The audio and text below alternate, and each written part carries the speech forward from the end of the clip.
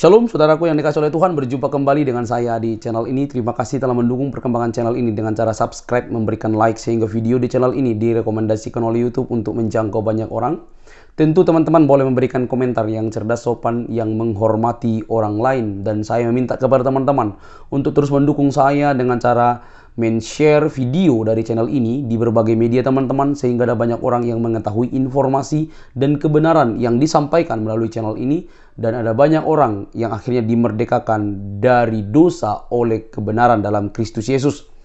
Terima kasih, Tuhan memberkati kita.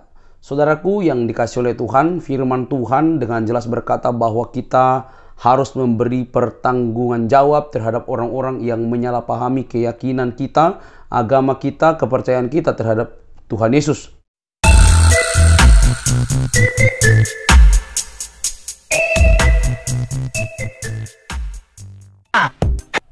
تتكلم هذا من نعمة أتبع أتبعك تتكلم هذا من نعمة أتبع أتبعك محمد بيتخصص بالله ini Arabia ulang تتكلم هذا من نعمة أتبع أتبعك تتكلم هذا من نعمة أتبع أتبعك محمد بيتخصص بالله ini Arabia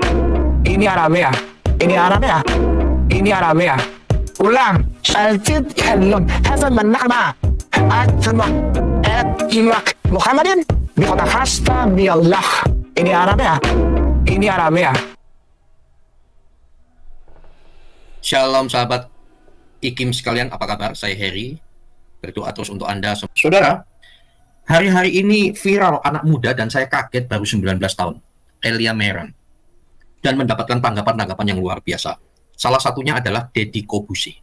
Saya itu kaget baru lihat beliau. Ya dulu saya termasuk ngefans ya, senang-senang aja sih, ngefans berat sih enggak, karena sebagai mentalis dan lain sebagainya, apalagi tampilannya dulu kayak Dracula begitu ya. Terus hari-hari ini podcastnya luar biasa, berapa puluh juta gitu, itu luar biasa. Udah cukup, ya lebih dari cukup lah pemasukannya ya. Nah cuma kali ini dia mengatakan geram. Saya juga, kalau saya nggak geram, terheran-heran dan terheri-heri.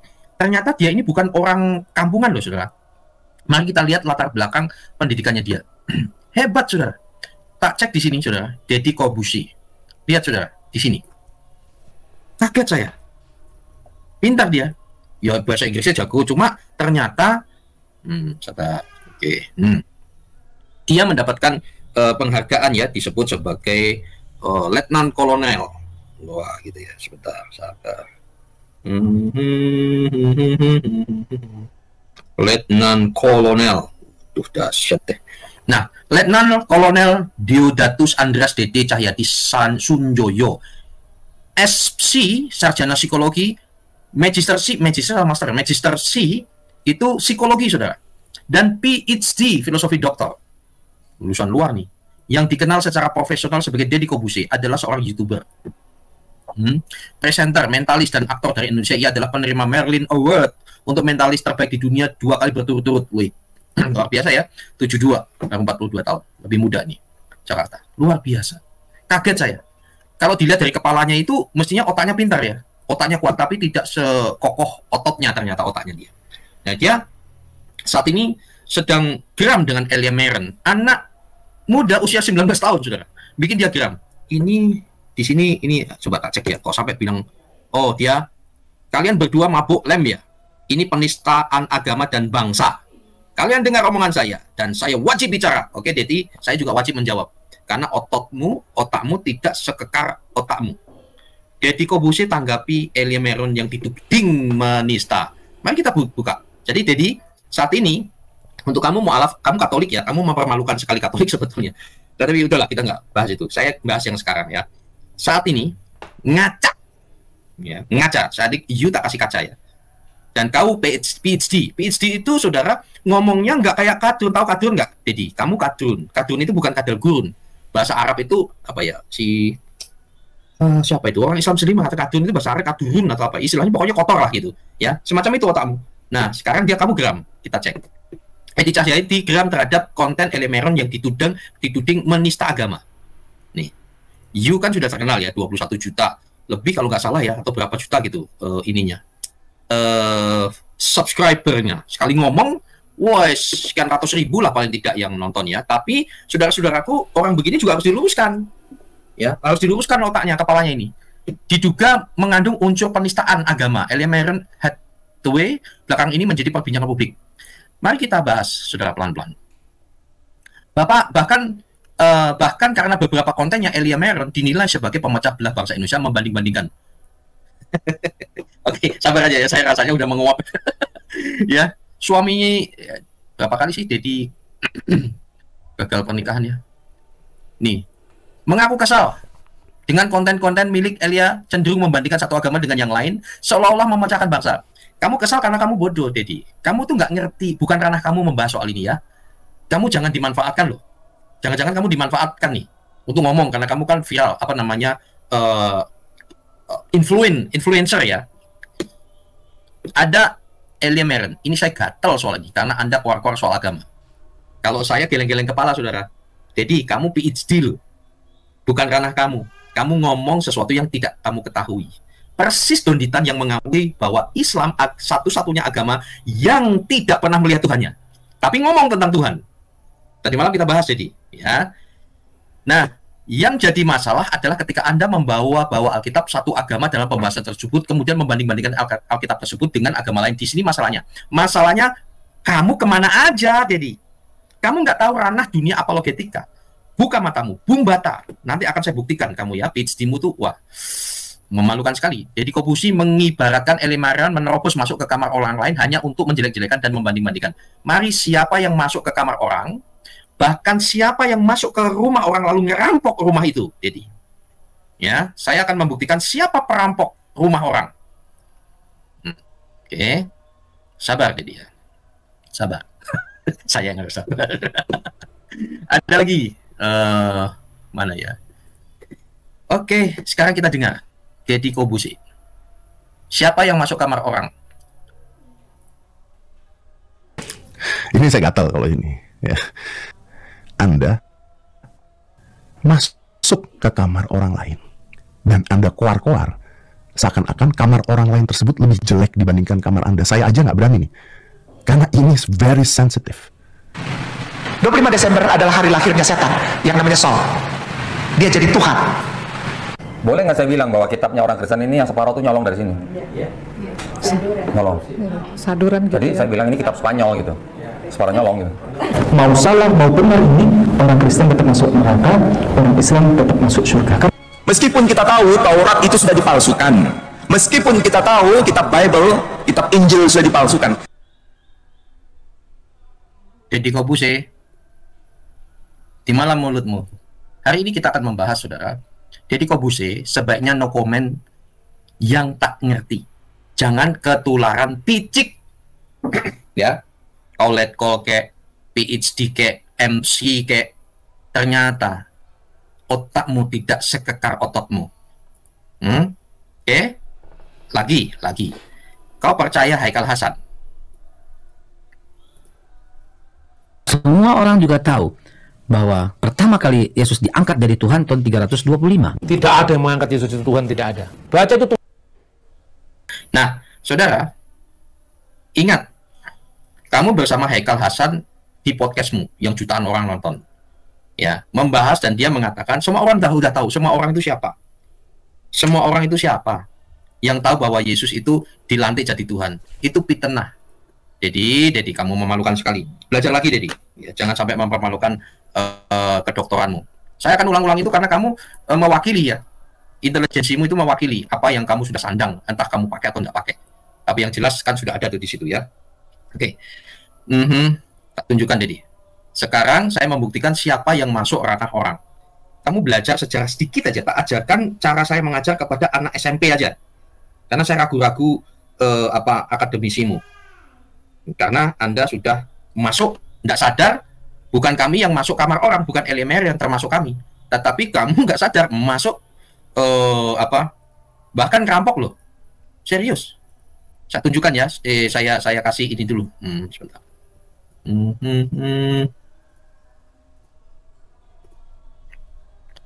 Sabar nih. Jadi kamu belajar dulu deh. Saya ulang ya saudara, ini hanya khusus untuk Deddy Kobuse saudara. Belajar secara sedikit aja, secara simple. Anda kan Katolik nih, orang Katolik itu cerdas-cerdas harusnya, cerdas. Serius saudara, pintar-pintar. Orang-orang Katolik itu pintar-pintar. Saya perlu belajar sejarah sama mereka. Saudara, Deddy, ini Kristen itu lahir abad 1 Masehi. Lalu agamamu, ya, nabimu itu lahir di abad ke-6, antara 6 sampai 7 ya. Dan logo agamamu itu logo pagan yang sama dengan pagan. Saya tidak mengatakan agamamu pagan ya, tetapi logonya itu sama nggak ini? Nih, ya, bulan dan bintang. Kalau kamu tanya jadi ini, logo ini sudah ada sebelum Masehi. Pagan. Logonya sama. Ingat, jangan dipotong. Saya tidak mengatakan Islam pagan, tetapi logonya mirip. Sebelum Masehi, ini logo pagan, Zoroaster, ya, agama Mani, dan lain sebagainya.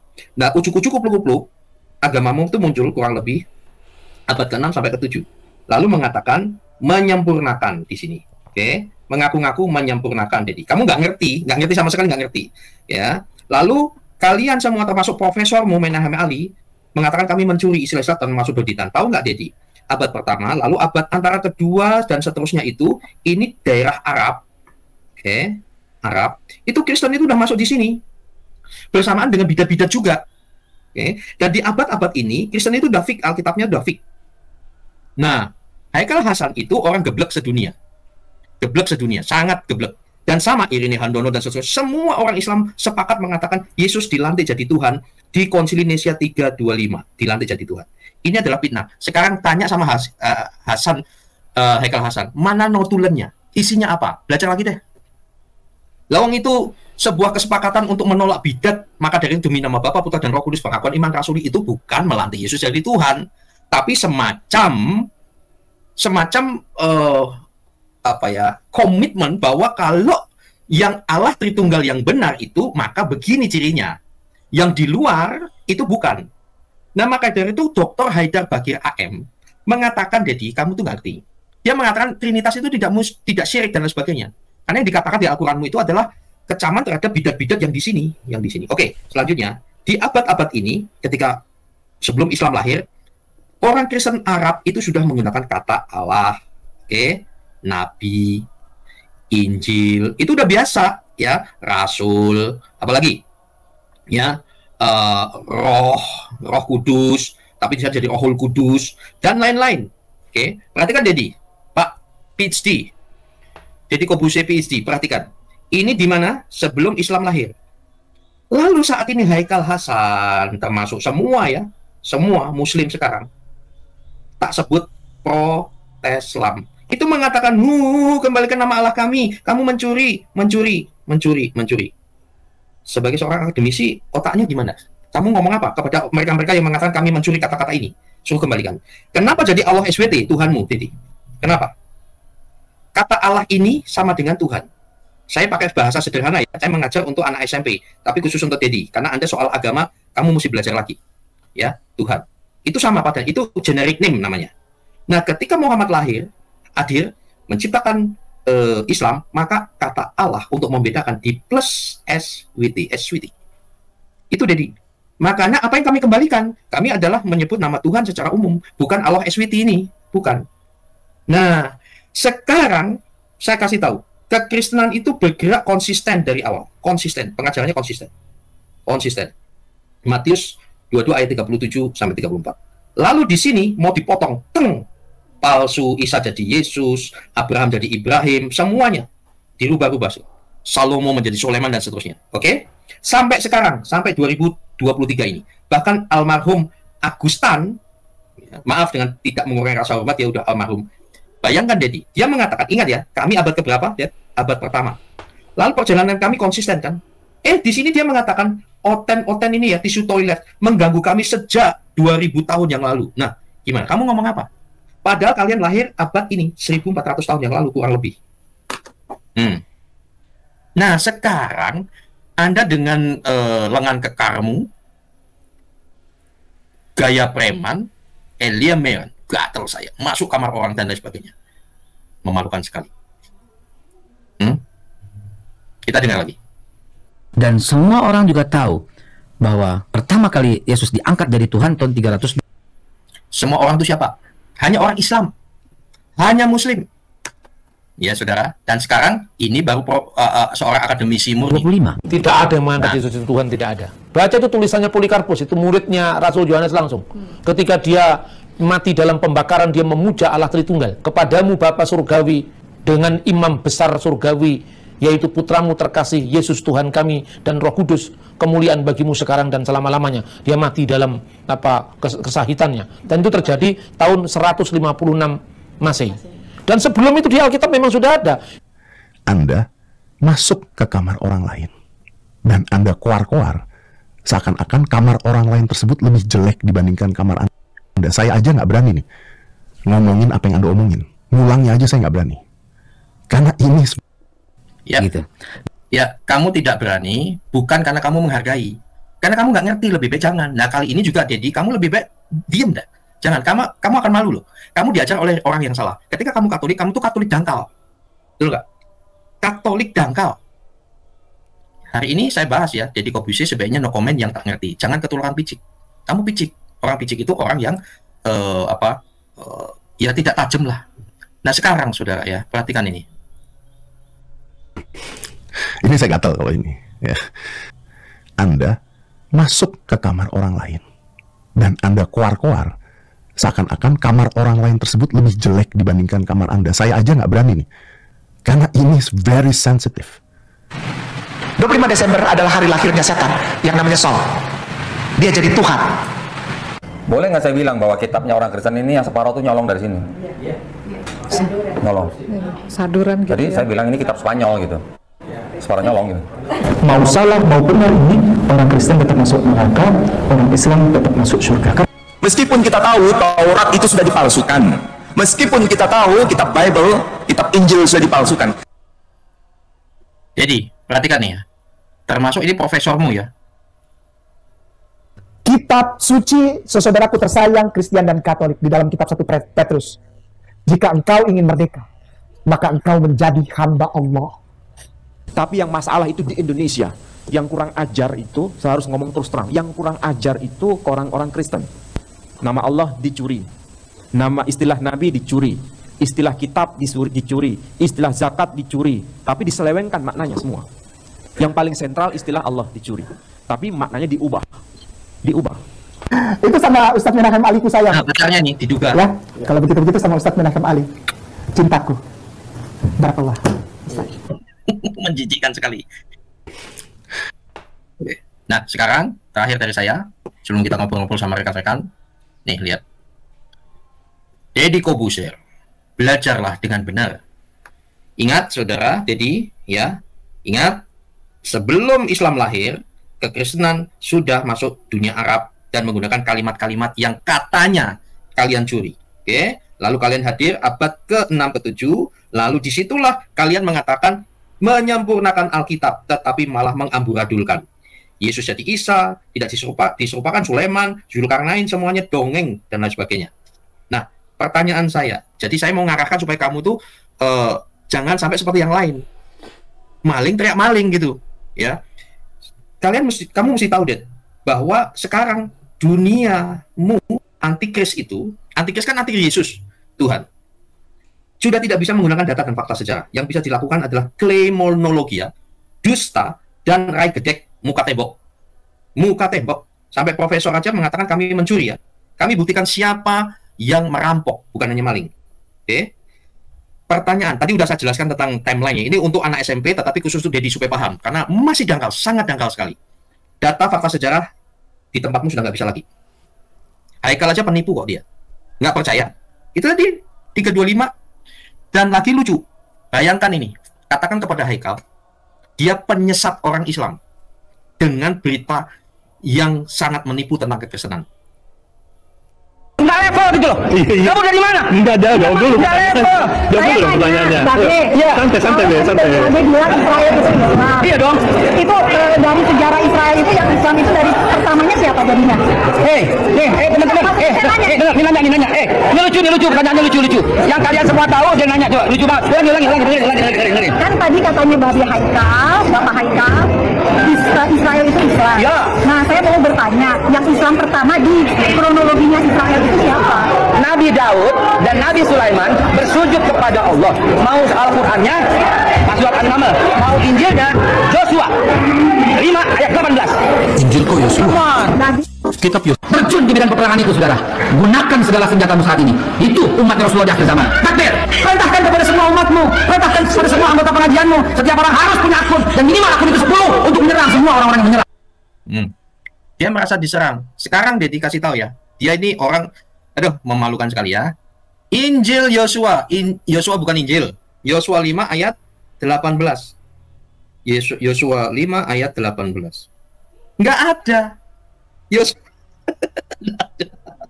18. Nih, Yosua 5 ini tentang apa? Penyunatan hari Paskah di Gilgal sampai ayat berapa? 15. Artinya apa? Lu bangga dengan yang di hafalan-hafalan. Haikal hasal penyesat. Oke? Semua nabi Islam katanya, semuanya. Loh, ente lahir ke berapa? Ya. Perhatikan. Siapa mencuri siapa? Nah, sekarang ya, jadi you diem lah, lebih baik belajar. Kalau kamu mau dimuridkan, saya yakin ya. Ini perhatikan. Kenapa orang mualaf? Mau Katolik kek, mau Kristen Protestan kek, terserah. Ya. Pertanyaannya sekarang untuk ini jadi dulu dan untuk belajar ya. Kalian ya, sudah nggak bisa pakai data dan fakta sejarah, nggak akan bisa. Udahlah, itu milik Kristen, apalagi IPTEK. Udah nggak bisa. Udah. Pertama, pertanyaan siapa? Kenapa itu begitu? Ya, siapa saja nabi asli Arab dalam Al-Quran? Kecuali dirubah. Yang Israel dijadikan Arab.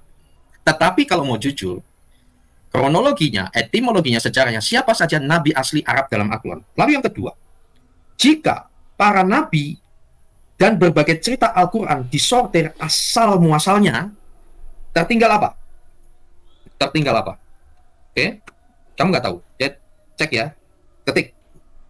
List of legend in the Quran. Di Google deh. Gampang. Ketik. Nah, kamu belajar dulu tentang kitab sucimu. Ya. Ingat, lahir abad 6 ke 7. Lalu kamu bilang Elia Meren masuk kamar orang. Oh, tidak. Tidak sama sekali. Oke? Kau akan malu. Nah, lalu sekarang peringatan untuk Dedi. Ingat ya. Lihat. Siapa nyolong siapa? Siapa nyolong siapa? Bahkan ngerampok menurut saya. Saya menjawab loh. Mengapa mualaf? Kenapa kamu mualaf? Saya nggak urusan dengan kitab apa, dengan imanmu, itu urusanmu ya. Saya nggak utak-atik, itu kamarmu sendiri. Tetapi rata-rata orang yang mualaf ini dangkal iman. Semua, termasuk saat ini donditan segala macam dangkal. Cara nafsir aja udah salah kaprah. Terus yang kedua, tidak mengenal Yesus Tuhan dengan benar. Kau itu Katolik yang mungkin Natal sama Paskah mungkin ya hadirnya. Tidak mengenal Yesus Tuhan dengan. Maka dari itu kain nama itu penipu juga, lihat. Saya kasih tahu ya, kain nama itu. Lihat mulut busuknya itu. Dia mengatakan begini. Muslihat bangke ya. Bahwa dia punya misi kepada umat Katolik dan Protestan bahwa dia cinta Yesus. Orang yang cinta Yesus, maka akan mencintai Muhammad. Itu bullshit. Omong kosong. Tidak mungkin. Saya buktikan. Yang kedua, kenapa mualaf? Tidak memahami Alkitab dengan benar. Sama sekali kamu nggak ngerti Alkitab. Sejarahnya tadi tak kasih tahu ya. Pelajari aja lah, satu aja tadi ya. Ketik. List of legend, in the Quran. Masih banyak lagi dan lain-lain. Termasuk gini, Nabi Muhammad menggilir 11 istrinya dan waktu itu istrinya baru 9. Itu yang nulis Islam sendiri loh. Dan itu tafsir dari Al-Bukhari kalau nggak salah ya. Dan itu adalah hadis mutawatir. Hadis mutawatir itu, kalau kamu meragukan hadis ini, itu sama dengan meragukan Al-Quran. Dalam semalam menggilir istrinya. Belum lagi Qurtubi 30 ayat 50, dalam QS 30 ayat 50 ya, tafsir yang mengatakan bila nabimu melihat mata perempuan, bila nabimu melihat perempuan dan desire her, maka suaminya harus menceraikannya. Itu bukan kata saya. Ya, saya hanya membaca, saya tidak masuk kamar orang. Saya menjawab. 3, kenapa orang mualaf tidak mengenal Tuhan dan kitab barunya? Saya sudah menjelaskan secara singkat tadi ya. Dan yang ini, tidak mengenal junjungan barunya. Silahkan kenal lalu mikir. Maka dari itu, untuk percaya agama, nabi, dan kitab suci itu 3. Agama, nabi, Tuhan, ya, dan kitab suci. Belajar ini dulu, Det. Kamu jangan nantang-nantang begitu, memalukan diri ya. 1. Ajaran. Logis enggak? Kalau engkau ikut-ikutan penyerang-penyerang Kristen tentang Kristen, semua akan terjawab. Bicara logis, saya bisa membuktikan kami sangat logis. Yang kedua, ini terunggul itu ada di dalam Yesus, deh.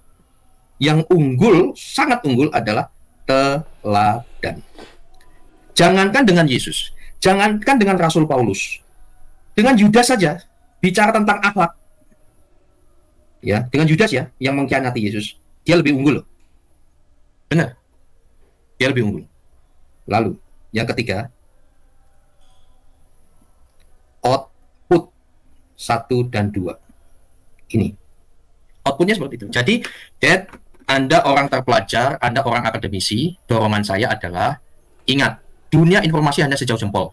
Jadi, kamu ketika mendengar Haikal Hasan, kemudian siapa ya, Protestan itu, ingat Anda itu orang pintar, PhD-mu itu pasti perlu referensi buku. Jangan kan PhD, waktu SC ya, sarjana psikologi Anda, skripsi kamu kan berapa itu? 10 atau berapa belas buku minimal. Nah, ini soal iman. Kamu jangan hanya jeplak.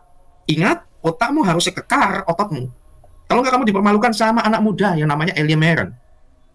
Nah, sekarang lihat jawaban Elia Meren. Malu nggak, saudara? Saudara, sebetulnya topik saya tidak selembut ini, saudara. Topik saya itu sebetulnya nggak selembut ini. Deddy Corbuzier sebaiknya no comment, yang tak ngerti. Jangan ketularan picik. Kita ngobrol sama Elia Meren, dia nasihati saya, Pak, ya Pak ya, tolong apa ya, jangan sampai jadi polemik lagi, bla bla begini ini, lebih baik jawab baik-baik. Aduh, malu, saudara, serius. Tahu nggak judul saya sebetulnya? Deddy Corbuzier, tutup mulutmu. Judulnya itu sebetulnya. Tapi karena nasihat Elia Meren yang 19 tahun ini, anak saya lebih tua dari dia. Saya malu dalam arti positif. Oh iya, baik, tenang saja. Kita menjawab kok. Oke? Dan luar biasa Elia ini.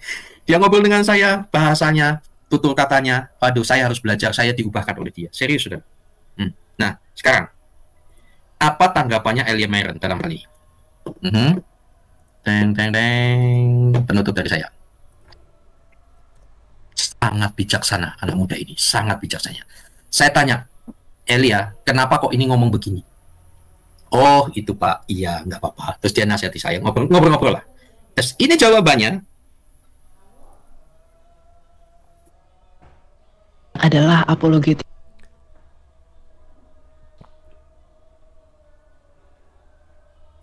Oke, apa yang dilakukan Elia Meren itu bukan Elia Meren semata loh.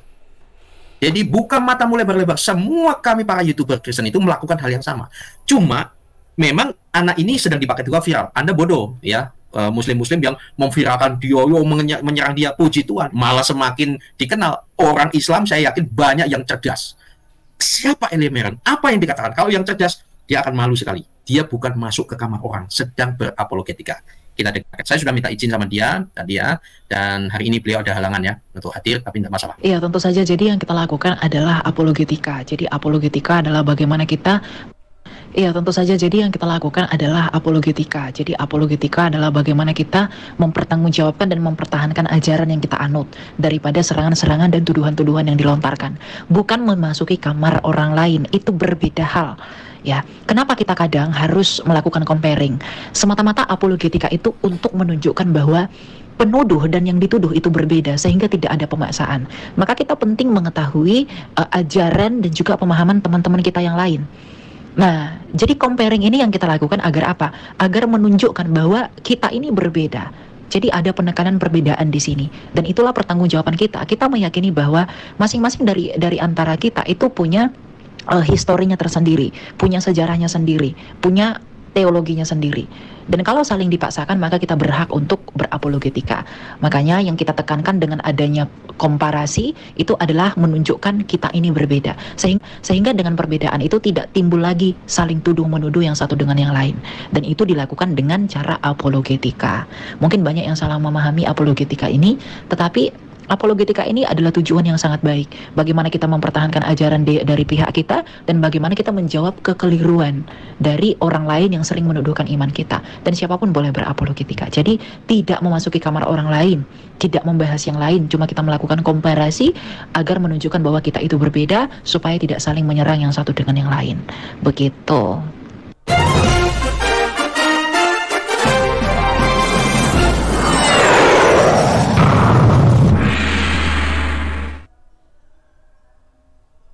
Al-Quran untuk Quran. Kenapa saya tidak pakai ayat-ayat Al-Quran untuk membenarkan Islam? Kenapa? Karena kalau kita pakai ayat Al-Quran untuk membenarkan Islam kita, mereka nggak percaya.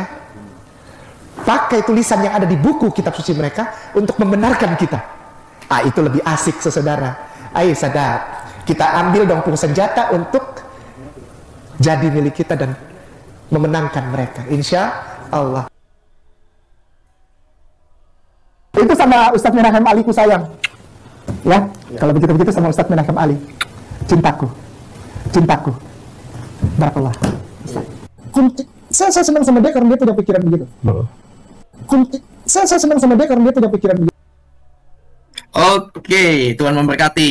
Sudah sabar menanti luar biasa. Kiai Haji David King, Kopral Jono, Rocky Gemblung, Lemeran Rock, Shalom semuanya. Apa kabar? Baik, shalom. Dahsyat. Baik, saya rasa sudah mengikuti pemaparan saya ya.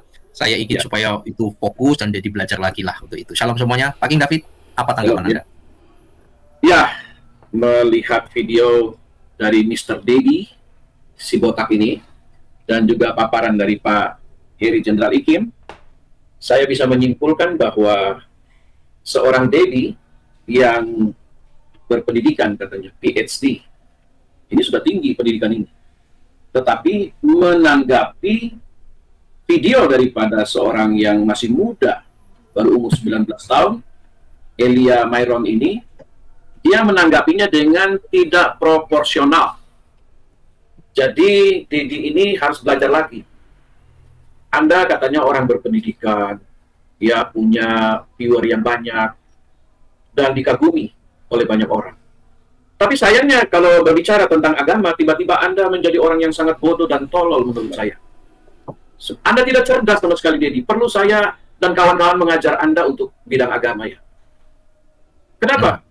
Anda tidak komparasi dengan video-video para mualaf yang bermulut comberan menurut saya dan tidak berbicara secara akademis. Mereka asal mangap, asal cuap-cuap. Mereka berbicara tanpa dalil-dalil yang kata si bangkai valid itu. Apa kesalahan dari seorang anak muda? Ulangi, Pak. Valid. Ya, lanjut. Kesalahan dari seorang anak muda yang bernama Elia Myron ini. Menurut saya dia berbicara sebagai seorang apologetika, seorang apologet yang membela iman dan meluruskan pandangan-pandangan yang keliru selama ini. Tidak ada salah. Bahkan pandangan Dedi keliru. Anda dan kawan-kawan Anda itu sudah masuk ke rumah orang dan merampok. Itu jelas, tidak bisa Anda hindari. Tadi video-video yang sudah ditunjukkan oleh narasumber kita, Pak Heri Jenderal Ikim, jelas bagaimana si bangkai keledai hitam itu berkata-kata. Bagaimana dondi setan itu berkata-kata. Bagaimana kita melihat si siapa namanya itu, Bang Ali, M. Ali, orang Madura asli itu, yang mengatakan bahwa kita mencuri kata-kata Allah itu. Padahal tadi sudah dijelaskan bahwa sebelum ada Islam di dunia ini, kata Allah itu sudah dipakai di Jazirah Arab, termasuk Kristen Koptik. Sudah dipakai terlebih dahulu sebelum Islam ada di dunia ini. Hanya saja Muhammad menciptakan Islam menambahi kata Allah dengan SWT. Itu saja perbedaannya di SWT. Tetapi kata Allah itu sudah dipergunakan jauh sebelum adanya Islam. Jadi bagaimana Anda berkata kami mencuri kata Allah itu? Jadi Anda harus belajar lagi, lebih banyak lagi. Saya meragukan pendidikan Anda sebagai seorang profesor atau PhD. Saya meragukan sekali loh. Karena profesor atau PhD itu menurut saya orang yang sudah cerdas. Tidak mudah dia terpengaruh dengan video-video yang ada di YouTube. Dia harus belajar dulu, dia harus komparasi dulu, benar nggak si ini berkata demikian? Kalau tidak benar, ya, susah Pak. Belajarnya sama Haikal Hasan yang bilang Israel itu Islam ya. Susah. Apalagi Haikal Hasan ini yang jelas-jelas dari dahulu dia sudah berdusta. Dia pernah berkata, dia pernah berjumpa dengan junjungannya, dan itu diprotes oleh orang Islam sendiri kepada dia. Dan mereka sudah mengkafir-kafirkan dia. Nah, kalau sekarang berbicara, dia bilang, tahun 325, Konsili Nicea orang Kristen mengangkat Yesus sebagai Tuhan. Kita taruh-taruhan aja. Kalau isinya tidak demikian, kau mau jadi Kristen atau mau jadi ateis? Itu saja taruhannya sama si namanya, siapa namanya ini? Haikal Hasan. Saya tantang Anda malam hari ini. Ya, saya tantang Anda malam hari ini. Kalau tidak ada tertulis bahwa Konsili Nisea 325 orang Kristen mengangkat Yesus sebagai Tuhan, apakah Anda mau jadi ateis atau Anda mau berpindah kepada kekristenan? Itu tantangan Anda, tantangan saya kepada Anda, Haikal Hasan. Ya, jadi jangan asal ngoceh. Sekarang jangan Ya. bawa sampah ke dalam kekristenan. Iya. Nanti ateis saja. Ya, ini nggak bisa didaur ulang ya. Jangan bawa sampah. Jangan bawa sampah ya, benar juga ya. Iya. Ini sudah nggak bisa didaur ulang, Pak. Ya, lanjut Pak King. Pak Heri Jenderal Ikim kan bilang bahwa dunia informasi hanya sebatas jari jempol kita. Iya. Begitu canggihnya dunia internet. Tinggal klik, Anda sudah mendapat tentang Konsili Nisea 325. Isinya apa saja. Tinggal Anda buka dan Anda bisa melihatnya. Apakah benar orang Kristen mengangkat Yesus Kristus sebagai Tuhan? Ini kan bentuk penghinaan, bentuk pengajaran sesat yang terus-menerus dikumandangkan kepada garis bawah, yaitu orang-orang yang berada di akar rumput, yang istilahnya orang taklid buta. Jadi mereka berkuar-kuar tentang Konsili Nisea. Itu sudah bertahun-tahun, sudah 1400 tahun sampai hari ini, mereka masih ada di dalam kegelapan tentang Konsili Nisea. Padahal itu sangat memalukan sekali. Konsili Nisea tidak demikian, saudara. Bukan isinya itu. Anda ketik saja di Google, cari Konsili Nisea. Anda cari yang benar, bukan yang dikarang oleh orang-orang RT 6 Gang Becek itu. Cari benar-benar yang asli. Sehingga Anda mendapati informasi-informasi yang benar dan valid, kata si Bangkai. Ya, jadi saya tantang Dedi Botak, saya nggak mau bilang Kobuser lah, Dedi Botak. Anda kan sudah berkoar secara sembarangan. Artinya Anda bilang, oh, si Elia Myron sudah masuk ke kamar orang. Ini ranah yang sangat sensitif. Dedi, lihat itu video-video para mualaf yang masuk ke seberang sana. Bagaimana mulut mereka. Bahkan si Juma berkata, Yesus Kristus adalah iblis. Di mana akal sehatmu, Dedi? Di mana? Nandar berkata, Yesus menikah. Bahkan si Bangkai Keledai Dungu pun berkata Yesus menikah. Tanpa mempunyai data yang valid, yang dikarang bebas oleh mereka. Apa tanggapan Anda tentang ini semua? Kalau Anda adalah seorang terpelajar, seorang pendidikan, seorang PhD yang berpendidikan tinggi, di mana akal sehat Anda, seorang Dedi Kobuser Sibotak? Di mana? Pertanyaan saya di mana? Kalau memang Anda ini berpendidikan tinggi, di mana akal sehat Anda? Anda harus komparasi dulu dong. Anda harus cari video-video para mualaf yang menghina kekristenan selama ini di Indonesia. Dan ketika orang Kristen menjawab hak jawab sebagai apologetika, menjawab membela iman kita, apakah Anda pernah nonton video-video itu secara menyeluruh? Tentu Anda tidak menonton. Anda hanya sibuk mencari viewer Anda lebih banyak. Dan Anda sekarang kan kita sudah tahu Anda berposisi duduk di mana sekarang. Iman Anda sudah di mana sekarang. Kita sudah tahu. Ya, ini Anda hanya bentuk pembelaan iman Anda yang secara membabi buta menurut saya. Kalau Anda orang berpendidikan, sudah diputar oleh Pak Heri tadi video-video, dan itu benar, bukan karangan orang Kristen. Dan masih banyak lagi video-video tentang penghinaan terhadap Yesus Kristus, Alkitab, Taurat. Mereka akan katakan Taurat sudah tidak asli, Alkitab sudah dirubah-rubah, tanpa mereka memberikan data-data yang valid, yang menurut si Bangkai Dungu itu. Jadi bagaimana? Ketika orang Kristen berdiri membela iman kita, Anda berkata ini menyeberang kamar orang lain. Padahal mereka bukan menyeberang kamar orang lain. Rumah orang lain mereka obok-obok. Gereja di stop untuk tidak boleh beribadah. Orang lagi beribadah mereka masuk menyetop orang beribadah. Apakah ini sila kelima keadilan sosial bagi seluruh rakyat Indonesia bisa diaplikasikan di dalam kehidupan kita sehari-hari? Bagaimana intoleransi terjadi di negeri ini? Apakah Anda pernah membahas itu? Di depan mata loh. Jangan bicara Gaza. Jangan bicara Hamas. Jangan bicara itu Palestina. Jangan bicara Israel. Yang ada di depan mata kita tentang ketidakadilan yang terjadi. Kalau sila pertama, ketuhanan yang Maha Esa. Kita berarti orang yang bertuhankan Tuhan yang Esa. Bagaimana mungkin ketika orang beribadah kepada Tuhan yang Maha Esa, orang itu dipersekusi? Di mana, Dedi Kobuser? Di mana Anda berdiri saat ini? Di mana itu sila pertama itu? Ketuhanan yang Maha Esa. Di mana Anda? Kok tiba-tiba Anda bisa berkata demikian tentang orang lain? Ini Anda menggoreng-goreng sesuatu bola panas loh. Anda ingin orang lain dipersekusi. Anda ingin orang lain itu masuk penjara hanya karena Anda ingin mendapat viewer yang banyak. Oh, Anda jahat. Anda orang berdosa. Ya, tidak ada. Saya dengar videonya Myron itu menghina agama orang lain, tidak. Dia meluruskan Elia Myron. Dia meluruskan pandangan-pandangan yang keliru. Bukan saya bela dia, tapi itulah kebenaran. Ketika kita menggunakan hak jawab kita, Anda berkata kita menghina. Ketika kalian menghina, kalian bilang kita sedang berdakwah. Ini namanya memenang sendiri, ya. Jadi tolong diperhatikan, Dedi, perhatikan, dan Anda harus ralat ini video yang sudah Anda keluarkan. Anda harus ralat kalau Anda seorang gentleman dan berpendidikan. Itu Pak. Oke. Terima kasih. Baik. Terima kasih Pak, luar biasa ya. Baik, karena Lemerian Rock sudah dapat WA dari Deddy Kobuse mau makan bakso tetelan. Lemerian duluan ya, silakan. Lemerian malah tidur. Lemerian. Oke, saya sapa dulu Putra Dayak, Rocky Gemblung. Baik, Kopral Jono deh. Lemerian lagi ini membalas-balas WA kayaknya. Enggak, Lemerian lagi jaga pagar, Pak. Oke, gimana Pak? Ini topik kita ini ya. Ya, sebenarnya sih tindakannya sangat memalukan ya. Ya. Jadi dia makin terkenal. Maaf, Kopral, naikkan 10% volumenya boleh? Ya, memang agak jauh. Oh ya, baik. Jadi Kobuser itu semenjak semakin Oh, oke. Baik. Lemerian, maaf Kopral karena beliau ada. Halo Lemerian, silakan. Silakan, ada di luar. Sebentar Pak. Pagar aman. Iya. Ya, silakan. Gini, saya mau bicara gini. Ya, harusnya dia kalau memandang sesuatu itu harusnya secara objektif kan gitu.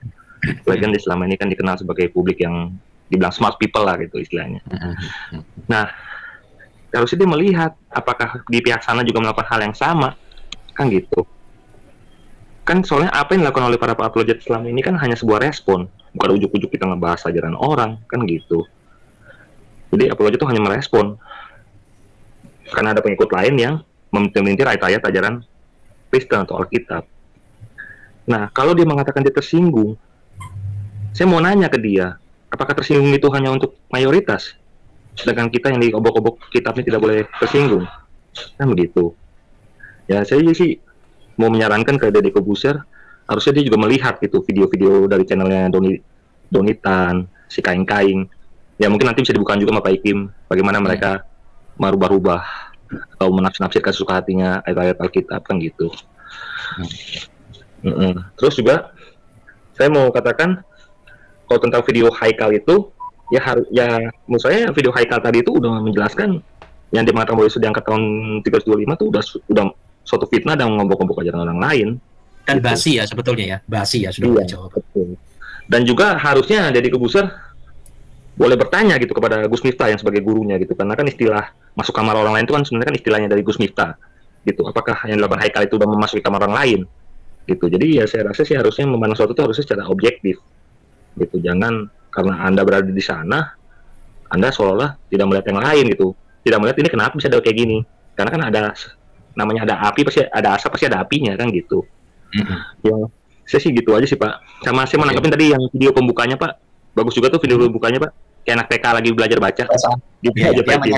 Bahasa Aram ya. Iya, Aram buradul. Oke ya. Thank you, baik Tuhan memberkati. Ya salam buat Deddy ya. Baik. Ya. Kopral Jono, minta maaf Pak Kopral. Pengikut Kristus, salam saya sapa. Silakan Kopral.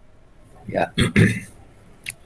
Jadi sebenarnya sekarang si Deddy Kobuser ini terus terang saja sudah kehilangan smartnya. Yang kemarin dia selalu mengagul-ngagulkan smart people, jadi people harus smart. Tapi dia sudah kehilangan smartnya. Yang saya heran ya, setinggi apapun pendidikan seorang, kalau sudah ikut kultus ini jadi bego. Iya, saya kira guyon loh Pak, ternyata bener. Iya memang. Ya, kita nggak usah lihat latar belakang kayak nama yang memang cuman apa ya, pemain snooker. Ya, tapi kita coba lihat seperti seorang Donditan. Donditan itu cukup berhasil dulu di pekerjaannya. Tapi begitu dia sudah seperti ini, kehidupannya kacau. Jadi apakah suatu kepahitan menjadikan suatu dendam? Dan dendam itu dilampiaskan.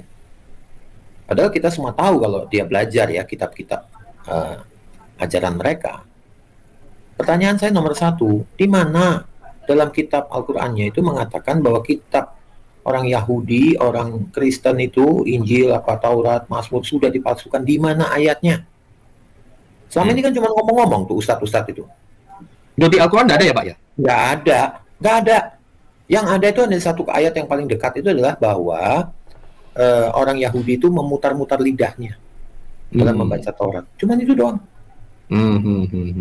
Jadi maksudnya kalau kita lihat asbabun nuzulnya, ada bagian-bagian Taurat itu mereka tidak baca atau tidak bacakan. Ya bebas-bebas aja dong kitab mereka kok. Dari bab 1 langsung mereka baca ayat bab 3 kan boleh-boleh aja. Iya kan? Jadi nggak ada suatu narasi yang secara jelas menunjuk bahwa adanya pemalsuan. Makanya mereka kalau ditanya, kalau kamu percaya bahwa kitab ini dipalsukan, berarti kamu tahu palsunya.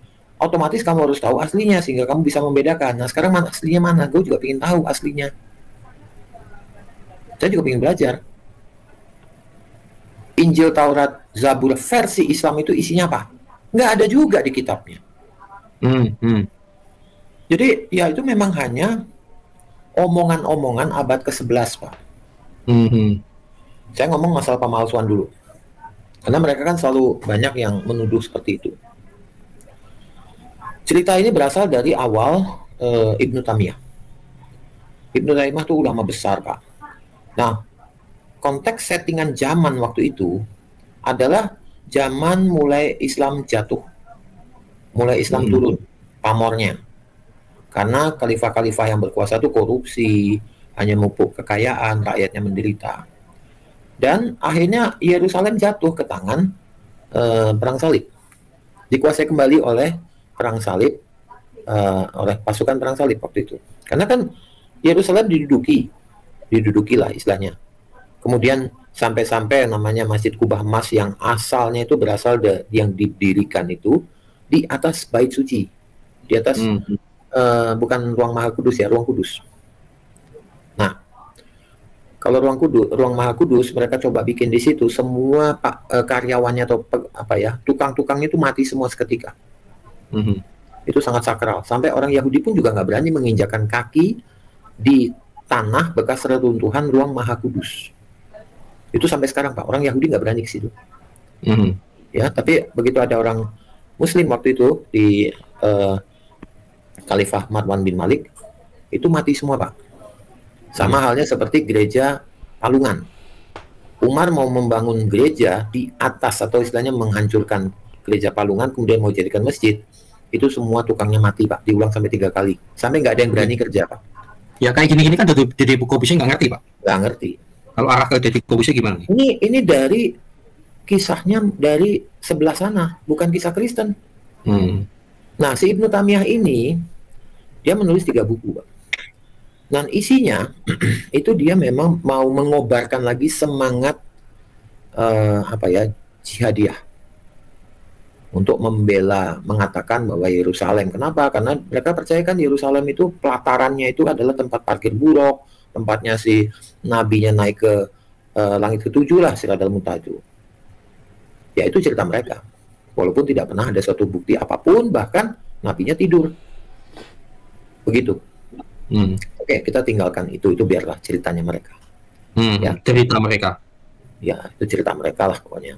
Tapi sekarang saya mau lihat dari segi kenapa kebencian terhadap Kristen dan Yahudi itu makin membara. Itu zamannya Ibnu Taymiyah ini yang dia mengatakan dalam bukunya bahwa kitab orang Yahudi, ya, kitab orang Kristen atau Nasrani yang mereka istilahkan itu, ya, yaitu Taurat, Zabur, dan Injil itu telah dipalsukan.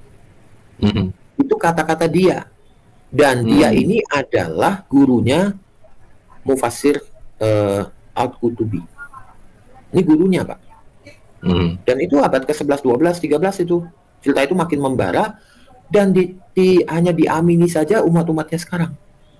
Coba tanya sama si Haikal atau siapa, mana ngerti dia sejarah beginian. Mereka Islamnya cetek, Pak, ilmu Islamnya. Cetek. Besar bacot aja, sama kayak Zuma.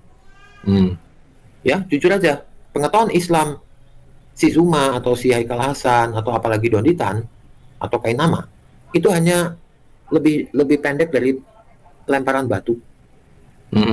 Mereka banyak nggak ngerti apa-apa. Mereka hanya mendengar Ustadz ngomong ABC. Sudah, itu dianggap kebenaran sejati. Dan ingat ya, di mereka sebenarnya aturannya sudah jelas, harus mengikuti apa yang dinamakan kitab suci Al-Quran dan hadis. Bukan tafsir, bukan ijma, bukan kias. Itu hanya pelengkap. Tapi sekarang mereka itu lebih memasukkan yang pelengkap ini menjadi hal yang utama. Makanya mereka sampai lalai bahwa di Al-Quran tidak ada tuduhan bahwa tidak ada ayat satupun yang mengatakan bahwa kitabnya telah dipalsukan. Sebenarnya nggak ada, Pak. Ditafsirkan dipalsukan. Iya, oleh Qurtubi. Kenapa? Qurtubi muridnya Tamiyah, orang yang pertama kali mengatakan kita.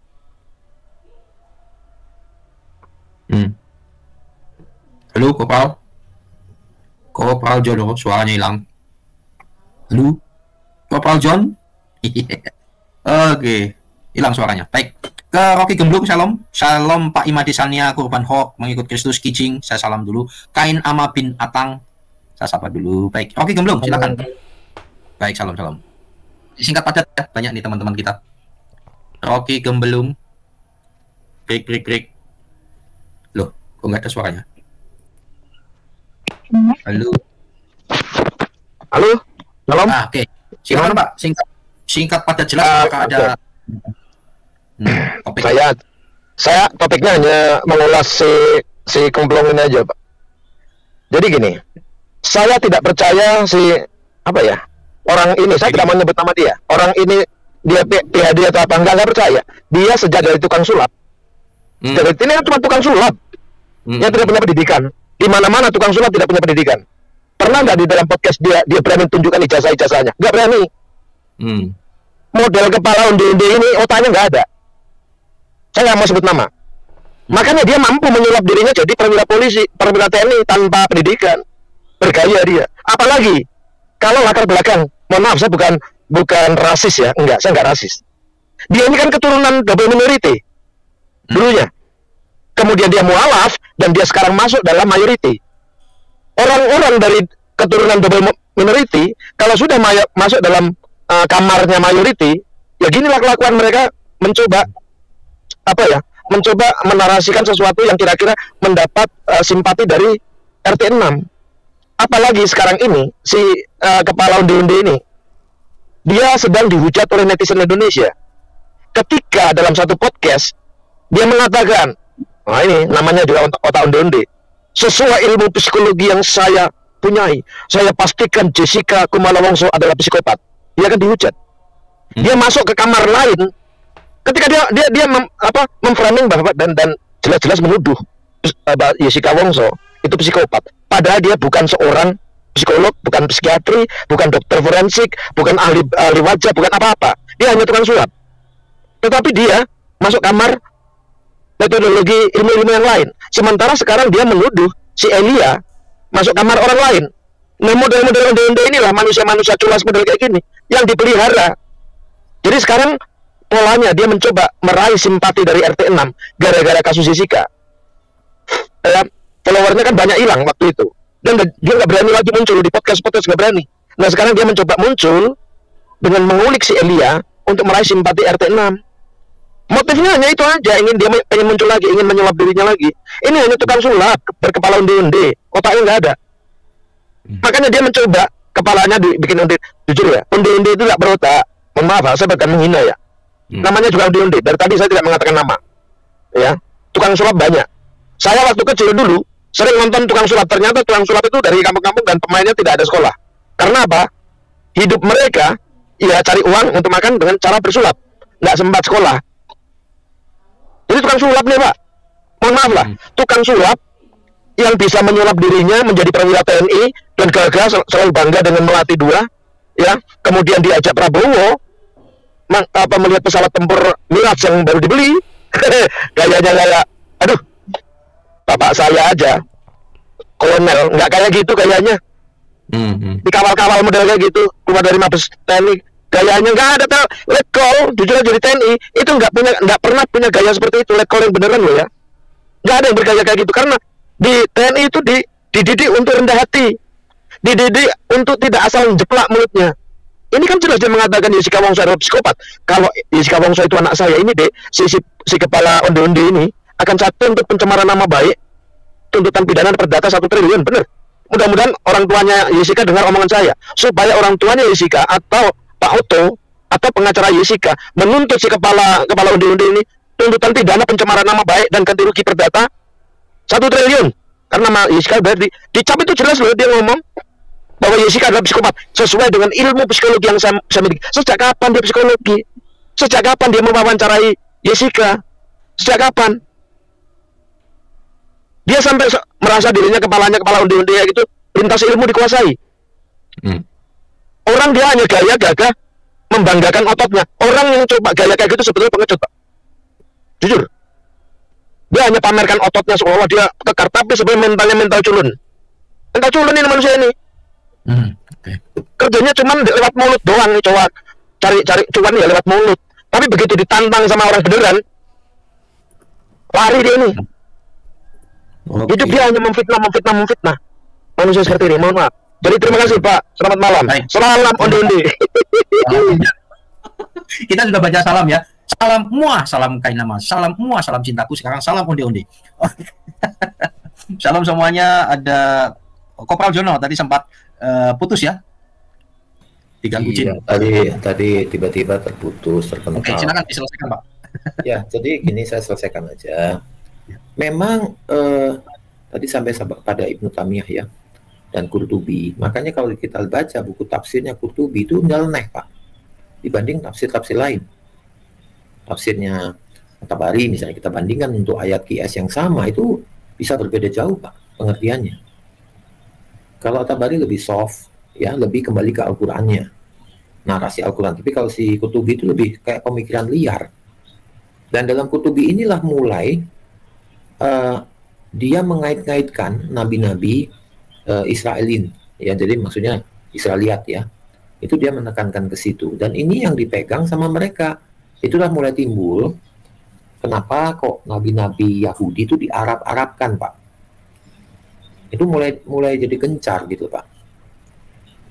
Padahal penelitian sebenarnya Islam awal itu adalah suatu sekte Kristen yang bidah sebenarnya ya, tetapi karena sudah makin menjauh dari kekristenan walaupun itu bidah, mereka timbul ajaran baru. Dan ini makanya kalau dilihat dari bagaimana cara mereka melakukan aktivitas teologisnya mereka, contohnya berwudu.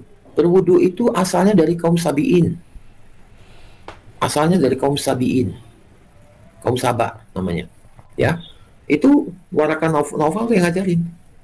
Karena Waraka bin Naufal dan bin Yaritz itu adalah orang Sabi'in.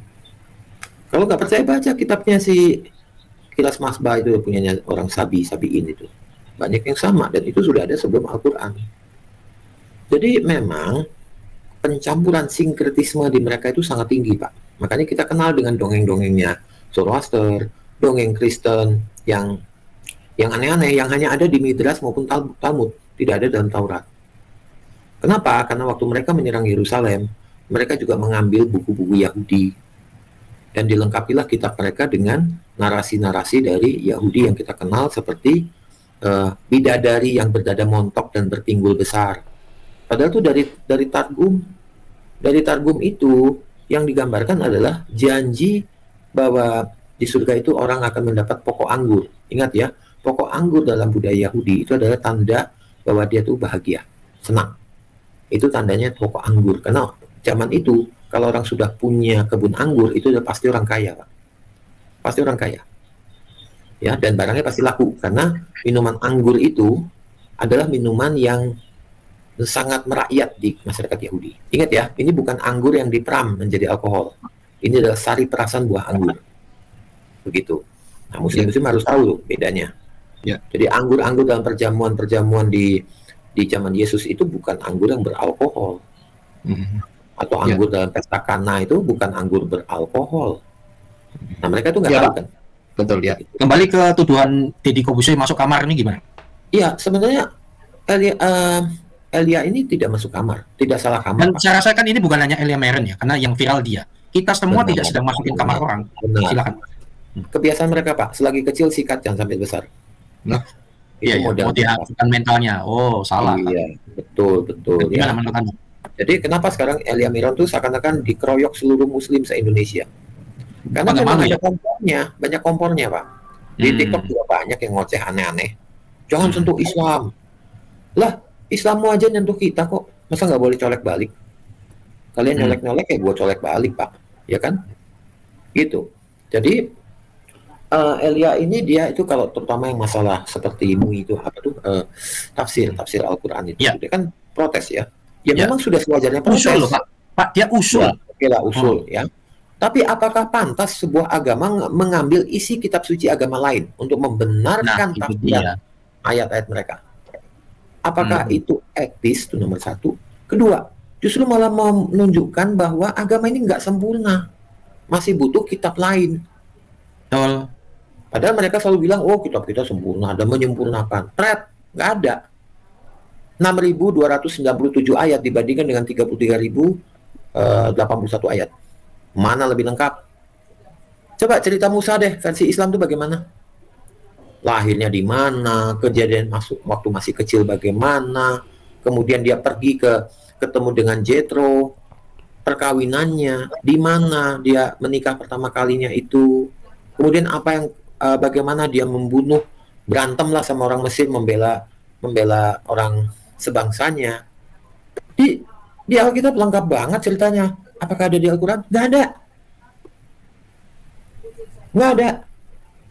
Belum lagi nabi-nabi. Coba Yesekiel, ceritanya bagaimana? Padahal Yesekiel tuh nabi besar loh di kekristenan Alkitab Perjanjian Lama. Nabi besar. Nubuatannya banyak sekali. Di Islam siapa Yesekiel? Nggak dikenal. Mereka punya nama sendiri. Tapi apa ajarannya? Nggak ada. Apa ajarannya Musa yang mereka agung? Oh, nabi besar kaum Yahudi itu Musa. Apa ajarannya Musa? Nggak ada. Ajaran Musa terkenal dengan 10 perintah Allah. Itu diamini oleh seluruh Yahudi dan seluruh Kristen. Diamini. Di Al-Quran mana 10 perintah Allah itu? Di mana? Nggak ada. Nggak ada. Cari sendirilah kalau nggak percaya. Di kiasnya mana? Bahkan nama Siti Hawa, apa ada di Al-Quran? Ingat loh, wanita yang pertama pasangannya Adam. Nggak ada. Adanya di mana? Di tafsir. Tafsir siapa? Qurtubi. Bisa bayangkan, tahun hampir 1200 orang Islam baru tahu nama istrinya Adam, namanya Siti Hawa. Dari tafsir.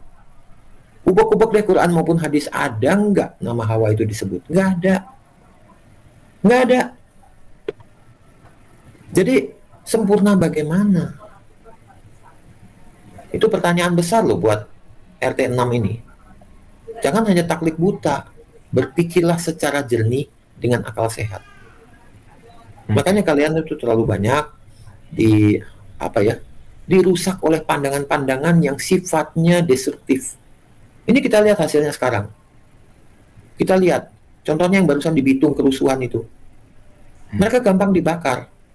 Minggu ini sudah bikin jauh-jauh hari minta izin, sudah diizinkan.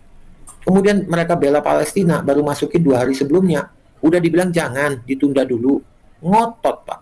Jadi ini aksi bela Palestina itu aksi demonstrasi gelap, Pak, tanpa izin. Itu kenyataannya. Kenapa mereka enggak mau ikut kata perintah polisi atau apa? Ya memang begitu mereka liar. Bukan, Pak. Mereka merasa bahwa aturan agama itu di atas aturan negara. Itu dimanapun. Makanya mereka selalu bikin masalah dimanapun mereka berada. Coba lihat sekarang di Eropa. Satu Eropa bangkit melawan mereka dan mengusir mereka pergi. Sekarang demo di mana-mana di Eropa. Karena udah muak, Pak, dengan tingkah lakunya mereka. Main tutup jalan. Apapun alasannya. Lu yang sholat, kenapa orang lain yang harus mengalah dan segala macam? Lu sholat-sholat aja di masjid lu. Bukan di jalan. Jalan tempat lalu lintas. Ini kan ketidaktahuan tentang adab. Makanya banyak di Spanyol, di Jerman, apalagi di Swedia, di Norwegia, itu sudah mulai pengungsi diusir balik, dideportasi, Pak. Yang tadinya diterima dengan tangan terbuka, diberi rumah, penampungan, makanan, pakaian, semua disediakan, anak-anaknya disekolahkan, didirikan sekolah di situ. sekarang sudah hilang semua karena ya memang mereka begitu. Ya mirip Rohingya lah gitu loh Pak kelakuannya. Mereka juga gitu.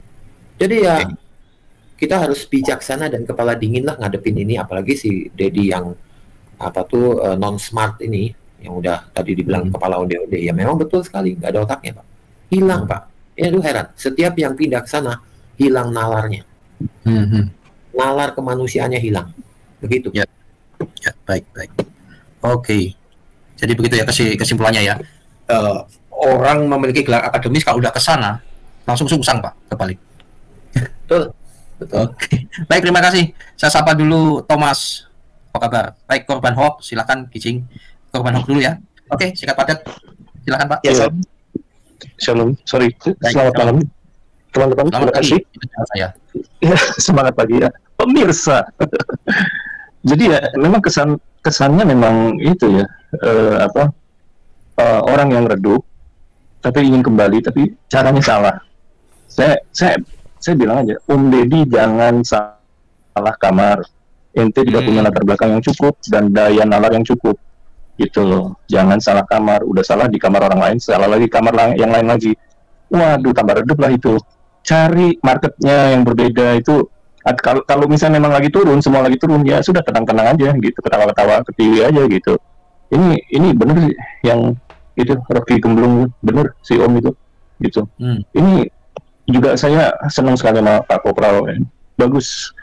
Ya kita kalau ingat peristiwa Musa ketemu Jethro di dalam Alkitab orang Kristen, jangan salah loh Pak. Itu dicatat dalam kitab Kejadian kan ya, buku pertama kan ya. Betul. Itu ada waktu ketemu terus Jethro mertuanya Musa ngeliat, kok kamu capek banget ya ngurusin orang Israel purba ini, aduh masyarakatnya bawel, bertele-tele, menuntut ini itu, sama kamu tuh udah tua tapi capek tapi kuat gitu loh, dari pagi sampai sore ngurusin mereka tiap hari begitu. Lalu apa yang terjadi? Jethro itu mengajarkan Musa organisasi dan struktural.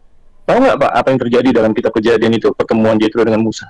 Dijadikan bahan manajemen dasar, istilahnya manajemen 101 di semua sekolah manajemen itu diajarin apa itu organisasi struktural gitu loh. Itu dasarnya Alkitab. Mau tahu lagi, ada lagi gitu loh. Alkitab itu kalau dibaca baik-baik, pelan-pelan, ilmu manajemennya tinggi. Ada ilmu spionase juga, ada ilmu perang juga, mengatur saf-saf di depan berapa, di samping berapa, kiri kanan berapa, di belakang berapa, itu ada itu gitu loh. Jadi menjelaskan Pak Kurban. Tadi kan dikatakan Jethro itu seperti gurunya Musa ya. Mertua. Ya, seperti guru lah ngajarin manajemen. Iya, dia kasih tahu, dia ngajarin Musa. Ini juga Musa tuh punya guru Pak, namanya Nabi Khidir. Siapa? Saya ada baca juga itu. Ya, tapi suka hijau. Gitu loh, kulitnya kehijauan. Jadi jempolnya tidak bertulang. Dan saya ditanya, dari mana? Dia selalu jawab dari sana. Itu cirinya Pak. Tapi apa yang diajarkan? Yang diajarkan apa? Musa dikenalkan Allah oleh Nabi Khidir. Malu. Itu cerita etes lah ya. Dari mana itu asalnya Pak? Nabi Khidir. Saya juga membangkongkan begitu. Ya Pak. Itu gitu loh. Jadi ya itu gurunya Musa di versi sebelah Pak. Gitu. Oke lanjut Pak. Ya, gini loh. Itu Jethro itu terkenal banget. Ilmu manajemen dia terkenal banget. Di semua sekolah manajemen dasar itu diajarin kok gitu. Karena itu dipakai di semua perusahaan. Struktur organisasi itu dipakai di semua perusahaan gitu. Itu yang ngajarin Jethro dan diambil dari Musa dan dimulai oleh orang Yahudi. Makanya jadilah orang Kristen gitu loh. Karena kita tuh belajar dari kitab Perjanjian Lama, Perjanjian Baru itu ilmunya tinggi-tinggi dan itu dasar yang sangat dasar untuk struktur membangun. Ya kalau mau ngomong besar sih, membangun sebuah negara juga bisa gitu loh. Ini aja dibangun seperti ini oleh Jethro, oleh Musa itu itu baru kitab Kejadian loh, belum yang lain gitu loh. Banyak ilmu di situ, di dalam Alkitab kita tuh banyak ilmu gitu loh. Cuma ya itulah si Om ini kan dari sini ke sono gitu loh. Makanya kan kemarin kita ngomong buku lu bikin otak lu kebolak-balik gitu. Lu iya bisa nalar dengan lurus dengan cara cerita seperti itu? Nggak bisa.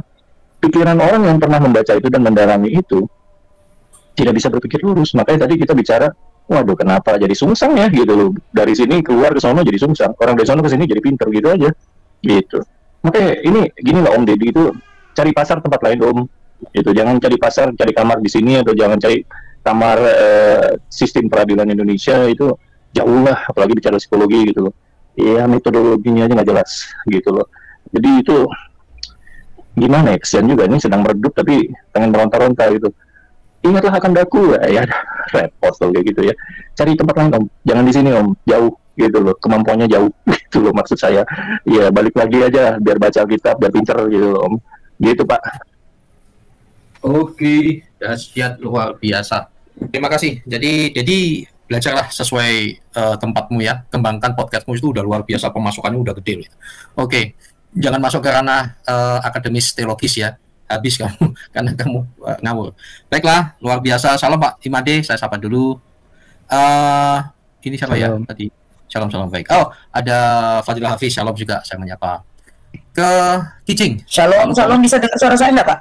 Sangat indah menawan luar raga. Oh iya, mantap. Baik Kijing tuh ya. Pak Kijing, halo. Kijing. Salam. Ya. Karena Pak. Oke, terima kasih untuk waktunya. Saya ingin menyoroti begini.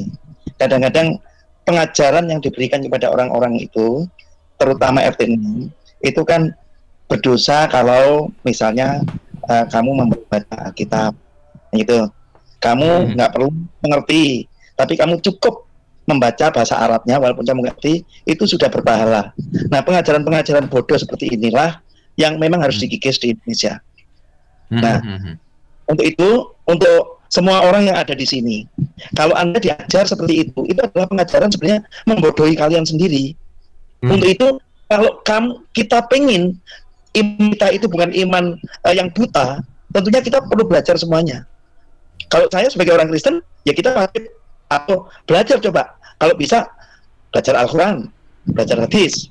Sebagai orang Islam, kamu belajar Alkitab, supaya kamu tidak dibodohi oleh orang-orang. Nah, tapi belajar dengan bahasa yang kita mengerti. Nggak ada artinya kalau kalian itu, kita ini belajar dengan bahasa yang tidak kita mengerti. Hanya suruh menghafal aja. Itu bodoh.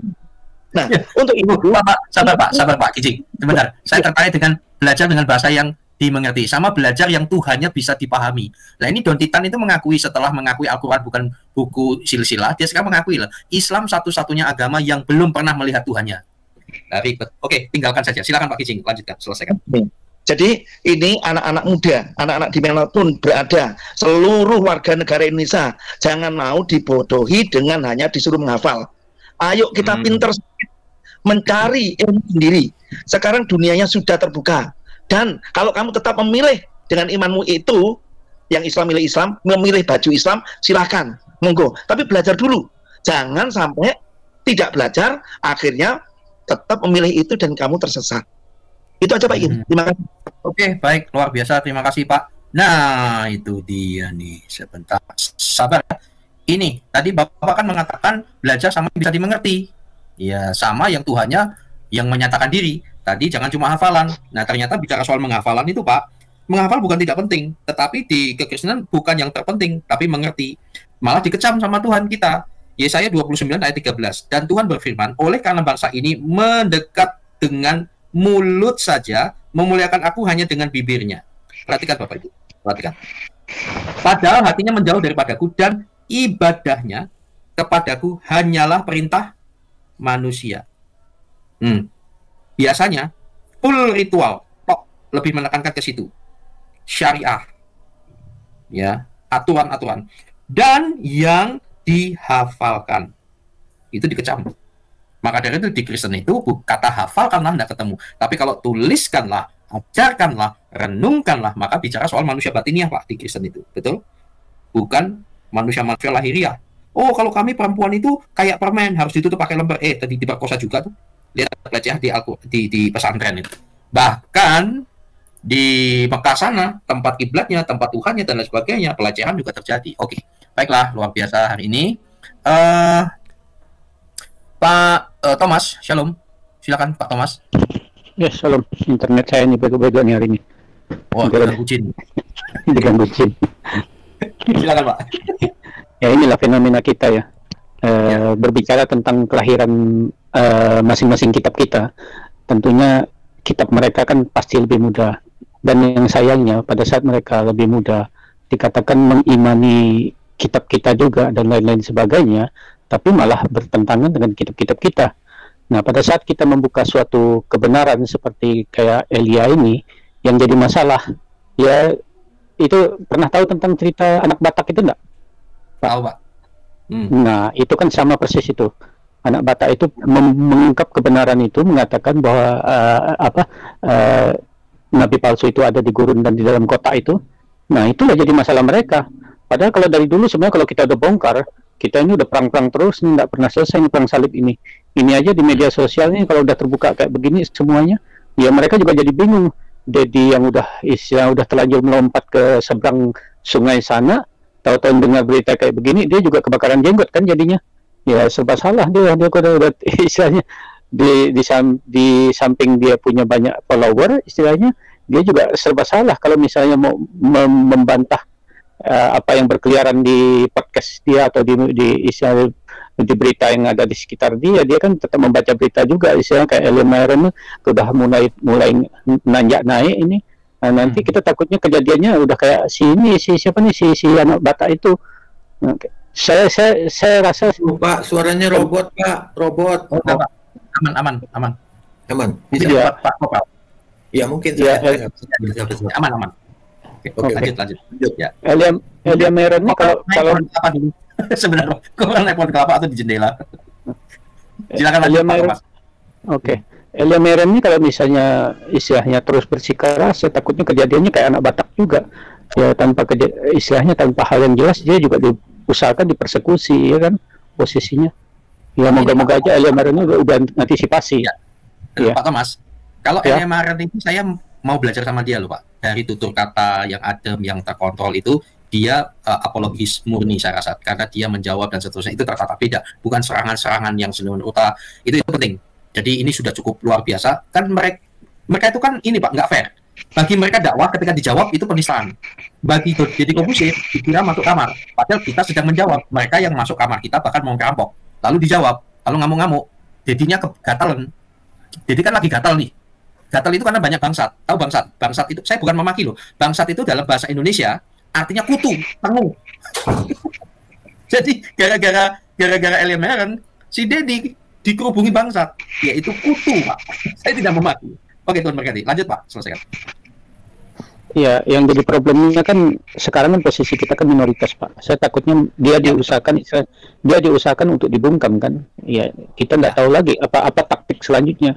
Saya harap aja Elia Myron ini udah waspada, terus istilahnya udah cari cara yang terbaik untuk menghindari masalah kayak gini. Jangan istilahnya ketangkap basah model kayak si anak Batak itu. Ya maklum lah, namanya orang retak cari belah kan. Ngerti nggak retak cari belah? Ya. Cari celah. Iya, cari celah dia nunggu celah yang dapat. Kalau ketemu celahnya ya bahaya juga Elia ini. Tapi ya doa kita semoga saja dia selamat lah. Itu aja sih. Ya, dia itu tetap aja di dari dalam saya. perlindungan Tuhan, Pak. Baik, terima kasih. Saya tetap positif karena sisi lain dari sisi temperamen, karakter, cara pembawaannya, dia tidak ada hukum yang bisa menentang dia. Harusnya begitu. Tetapi faktanya memang seperti di dalam Pengkhotbah 3 ayat 16 itu sudah dikatakan, di tempat pengadilan tidak ada keadilan, di tempat pengadilan tidak ada keadilan, di tempat keadilan tidak ada keadilan. Itu jelas. Saya beritahu ya, Saudara. Itu adalah semua risiko yang jelas. Saya mendukung Elia Myron dan saya tahu tetap berdasarkan firman Tuhan, beritakan Injil baik atau tidak baik waktunya. Dan Saudara, posisi kita pada itu saya memberi penghargaan setinggi-tingginya kepada para apologis yang ada di Indonesia, yang kalau tidak dengar suara Tuhan dia tidak akan lari ke luar negeri karena dia pasang badan. Nah, kalau ngomong seenaknya sendiri, lalu terutama gini, kamu ngomong seenaknya sendiri terserah kalau di luar negeri, nggak tersentuh itu soal agama. Tetapi jangan menghina, jangan meremehkan, jangan menganggap engkau mewakili Indonesia dengan kata-katamu yang kotor itu seenaknya sendiri, lalu meremehkan apologis-apologis Indonesia, karena engkau di luar negeri tidak tersentuh hukum Indonesia. Saya juga bisa. Maki-maki apapun saya bisa kalau saya tidak tersentuh. Cuma kan bukan begitu kekristenan. Oke ya. Jadi begini Saudara, ini lihat. Kita orang-orang yang ada di Indonesia, para apologet itu memang dibutuhkan hikmat marifat yang sembilan rupa. Karena apa? Saya melihat sendiri, Pak. Melihat sendiri ketika kasus NKC. Saya kan jadi saksi ahli di waktu itu ya. Ini terjadi loh. Ini ketidakadilan dalam hidup. Pengkhotbah 3 ayat 16, ada lagi yang kulihat di bawah matahari di tempat pengadilan. Di tempat pengadilan, artinya di tempat sidang. Yang kulihat di tempat pengadilan, berarti ruang sidang nih Pak. Lalu, di situ pun terdapat apa? Ketidakadilan. Di tempat sidang itu terdapat ketidakadilan. Dan di tempat keadilan, yang kedua, di tempat keadilan juga terdapat ketidakadilan. Ini ruang sidang Pak, ya, hukum. Di ruang hukum Indonesia. Kalau ini, saudara, Pancasila, sila kelima, Indonesia, Pak. Indonesia itu keadilan sosial bagi seluruh rakyat Indonesia, betul nggak? Pancasila diberangus oleh para intoleran, dan itu terjadi. Tetapi biar bagaimanapun juga, semua ada di dalam kendali Tuhan. Jadi, hikmat tentu, tapi bukan karena ketakutan, saudara-saudara. Hikmat saya pun perlu belajar loh sama Elia Meren dari cara tutur kata ngomong yang adem, yang tertata, itu saya perlu belajar loh. Serius Bapak Ibu, tapi be yourself, itu jelas. Nah, yang jelas ini saudara, tetap kita menjalankan amanat agungnya, yaitu apa? Nih, baik, sabar ya, setelah ini, baik atau, wah saya harus pakai ini aja deh, baik atau tidak baik waktunya. Yang penting, ingat hikmat Tuhan. 2 Timotius 4 ayat 2. Beritakanlah firman, siap sedialah baik atau tidak baik waktunya, nyatakanlah apa yang salah, tegurlah dan nasihatilah dengan segala kesabaran dan pengajaran. Maju terus ya, kalau Elia Meren hadir pun, saya yakin kok akan adem untuk kita. Yang jelas kan gini Pak, ketidakbenaran adalah musuh iblis. Maka iblis itu akan mencoba memberangusnya sedemikian rupa, tetapi kebenaran akan membela dirinya. Seperti yang saya katakan, bahwa dunia ini, mereka itu Pak, antikris itu, sudah tidak bisa lagi menggunakan data dan fakta. Sudah tidak bisa lagi. Yang bisa mereka lakukan adalah ini, klaim dan dusta. Lalu muka tembok, muka kerai gedek ini. Oke, itu sekedar review dari saya.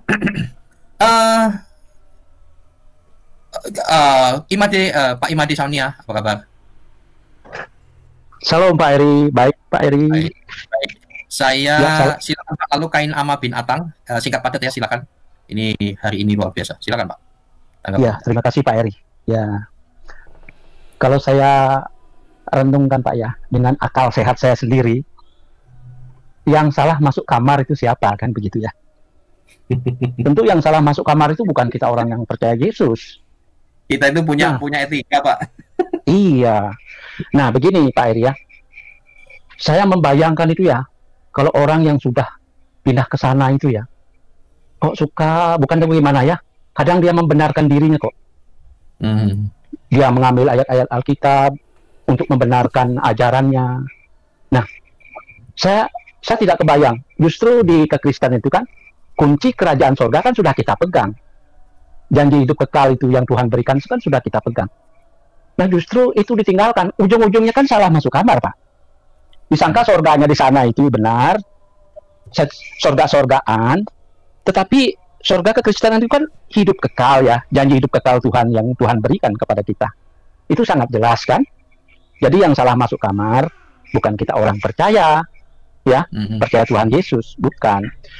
Justru kita percaya Tuhan Yesus itu Pak Eri ya, kita sudah posisi kita ada di pihak, artinya kita itu di pihak kemenangan gitu Pak Eri. Kita Tuhan itu berpihak kepada kita begitu. Nah, jika Tuhan itu ada di pihak kita, tentu ada kemenangan yang Dia berikan. Ya, walaupun ada kesulitan ya, dengan cara Dia mendustai ya, kita tidak ada kemenangan. Jadi orang Kristen memang punya masalah, memang. Tapi orang non-Kristen juga punya masalah. Yang membedakan adalah orang non-Kristen menghadapi masalah dengan kekuatannya sendiri, Pak Eri. Dia tidak bisa tenang, Pak. Karena dia menghadapi masalahnya dengan kekuatannya sendiri. Sedangkan orang Kristen seperti kita yang percaya Tuhan Yesus menghadapi setiap permasalahan itu dengan kekuatan dari Tuhan.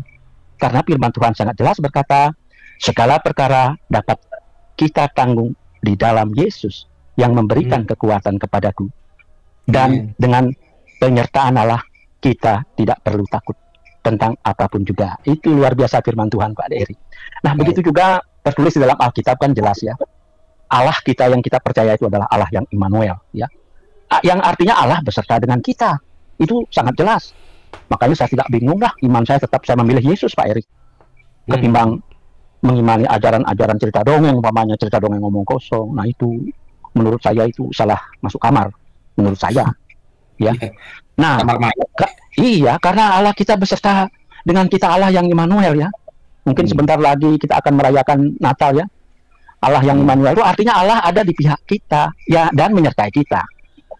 Nah, kondisi apapun yang kita alami, nggak usah bingung dah ya. Memang kita perlu luruskan pernyataan mereka-mereka yang mukalaf itu, yang pindah ke sana itu, memang harus kita luruskan. Saya setuju Pak Erik. Kita harus komplain begitu. Nah, dengan adanya apologet Kristen ini ya, kita tetap menjawab. Itu hak kita. Jangan dibiarkan orang berdusta ya, menuduh iman kita yang mungkin anggapannya dia selalu katakanlah mengejek Tuhan Yesus. Nah, itulah garis besarnya. Tetapi kita percaya bahwa Allah yang kita percaya itu Allah yang beserta dengan kita. Karena Alkitab berkata, Pak Eri, saya teringat di dalam Alkitab, jika Tuhan ada di pihak kita, siapa yang bisa melawan kita? Ya, tidak ada.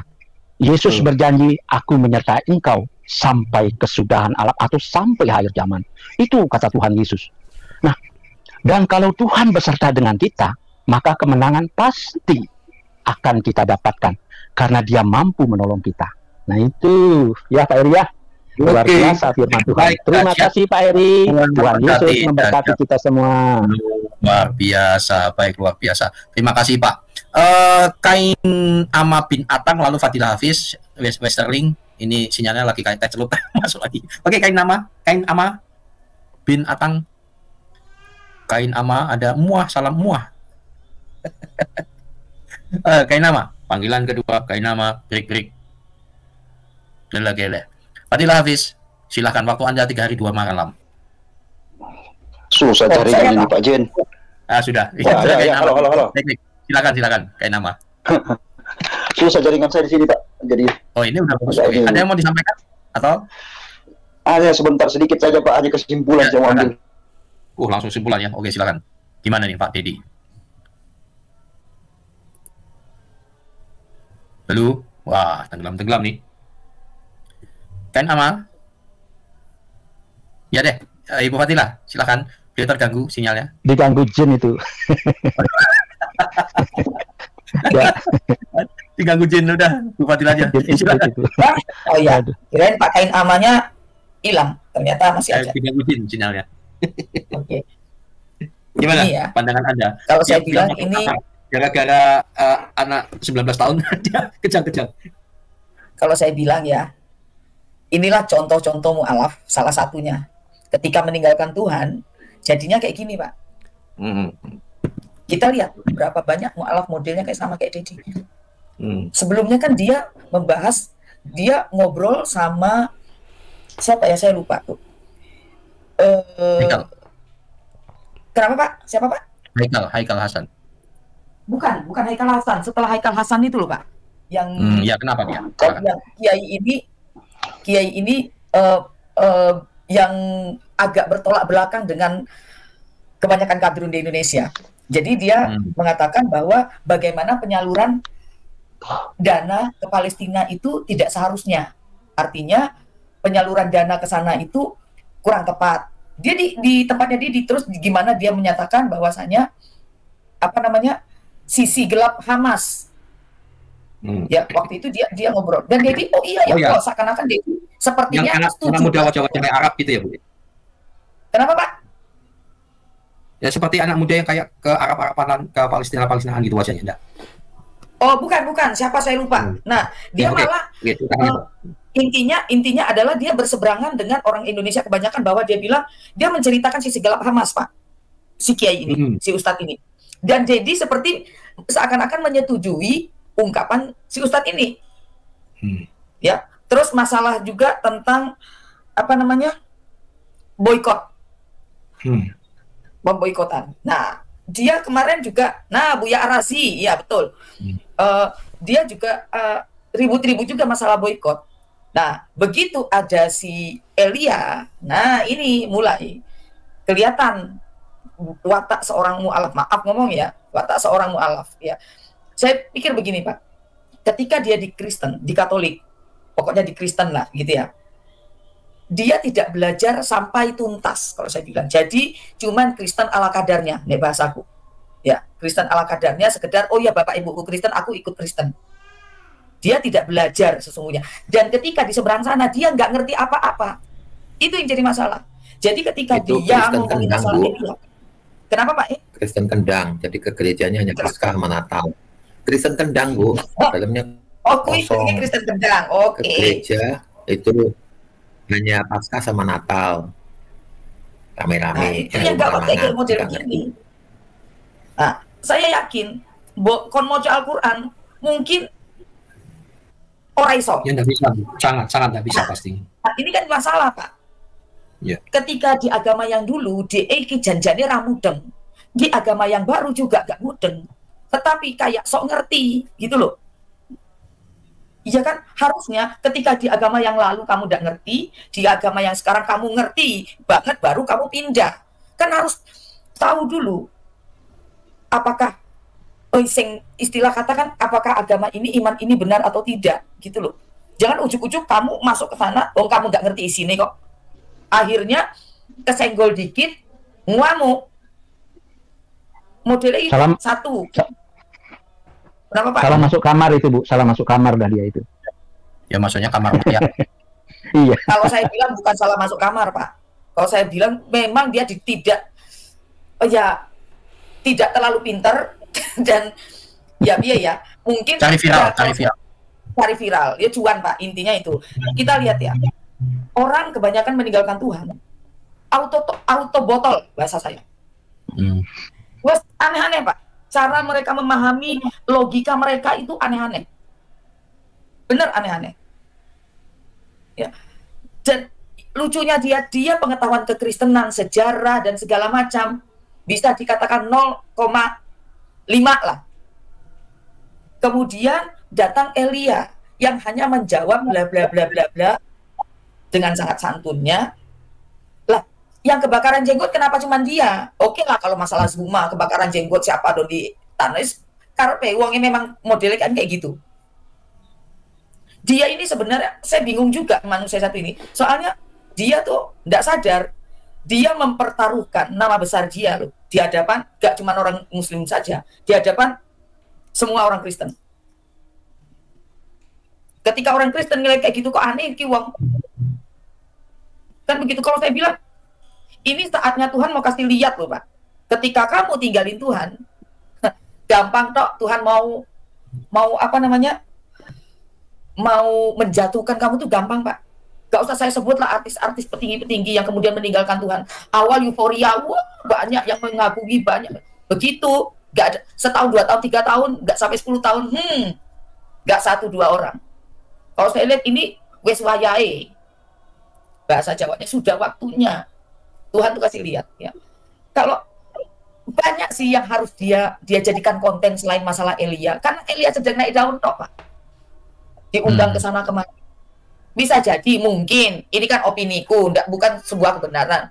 Dia ngundang Elia ra gelem, mungkin bisa jadi ngono. Oh, kan kita tahu ya. Nah, saya tuh jadi aneh. Elia ini orang baru, sedang viral, ya kan? Kenapa hanya apologet Elia saja yang dia apa namanya? Yang dia tohok gitu, yang dia betul-betul dia marah gitu. Karena dia sedang viral dan dia sudah mampir ke channel besar seperti channelnya Dr. Richard Lee. Bukan mampir, diundang Bu. Diundang kan, maksudnya ya dia menyetujui dan dia mampir ke sana, istilahnya dia diundang, mau dan dia datang dan viral lah seketika si Elia. Poinnya tuh di situ Pak. Coba misalnya dia mau berani mengundang sekelas Bambang Nursena, orang wani. Karena apa? Ya sekelas Pak BN kan nggak mau yang menyetujui begitu saja undangan orang, ya kan?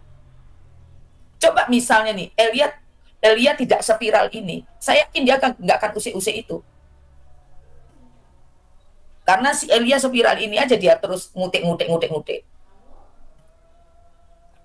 Ya. Jadi poinnya adalah dia itu cari momen, golek momen yang ingin memperlihatkan bahwa dia Islam banget.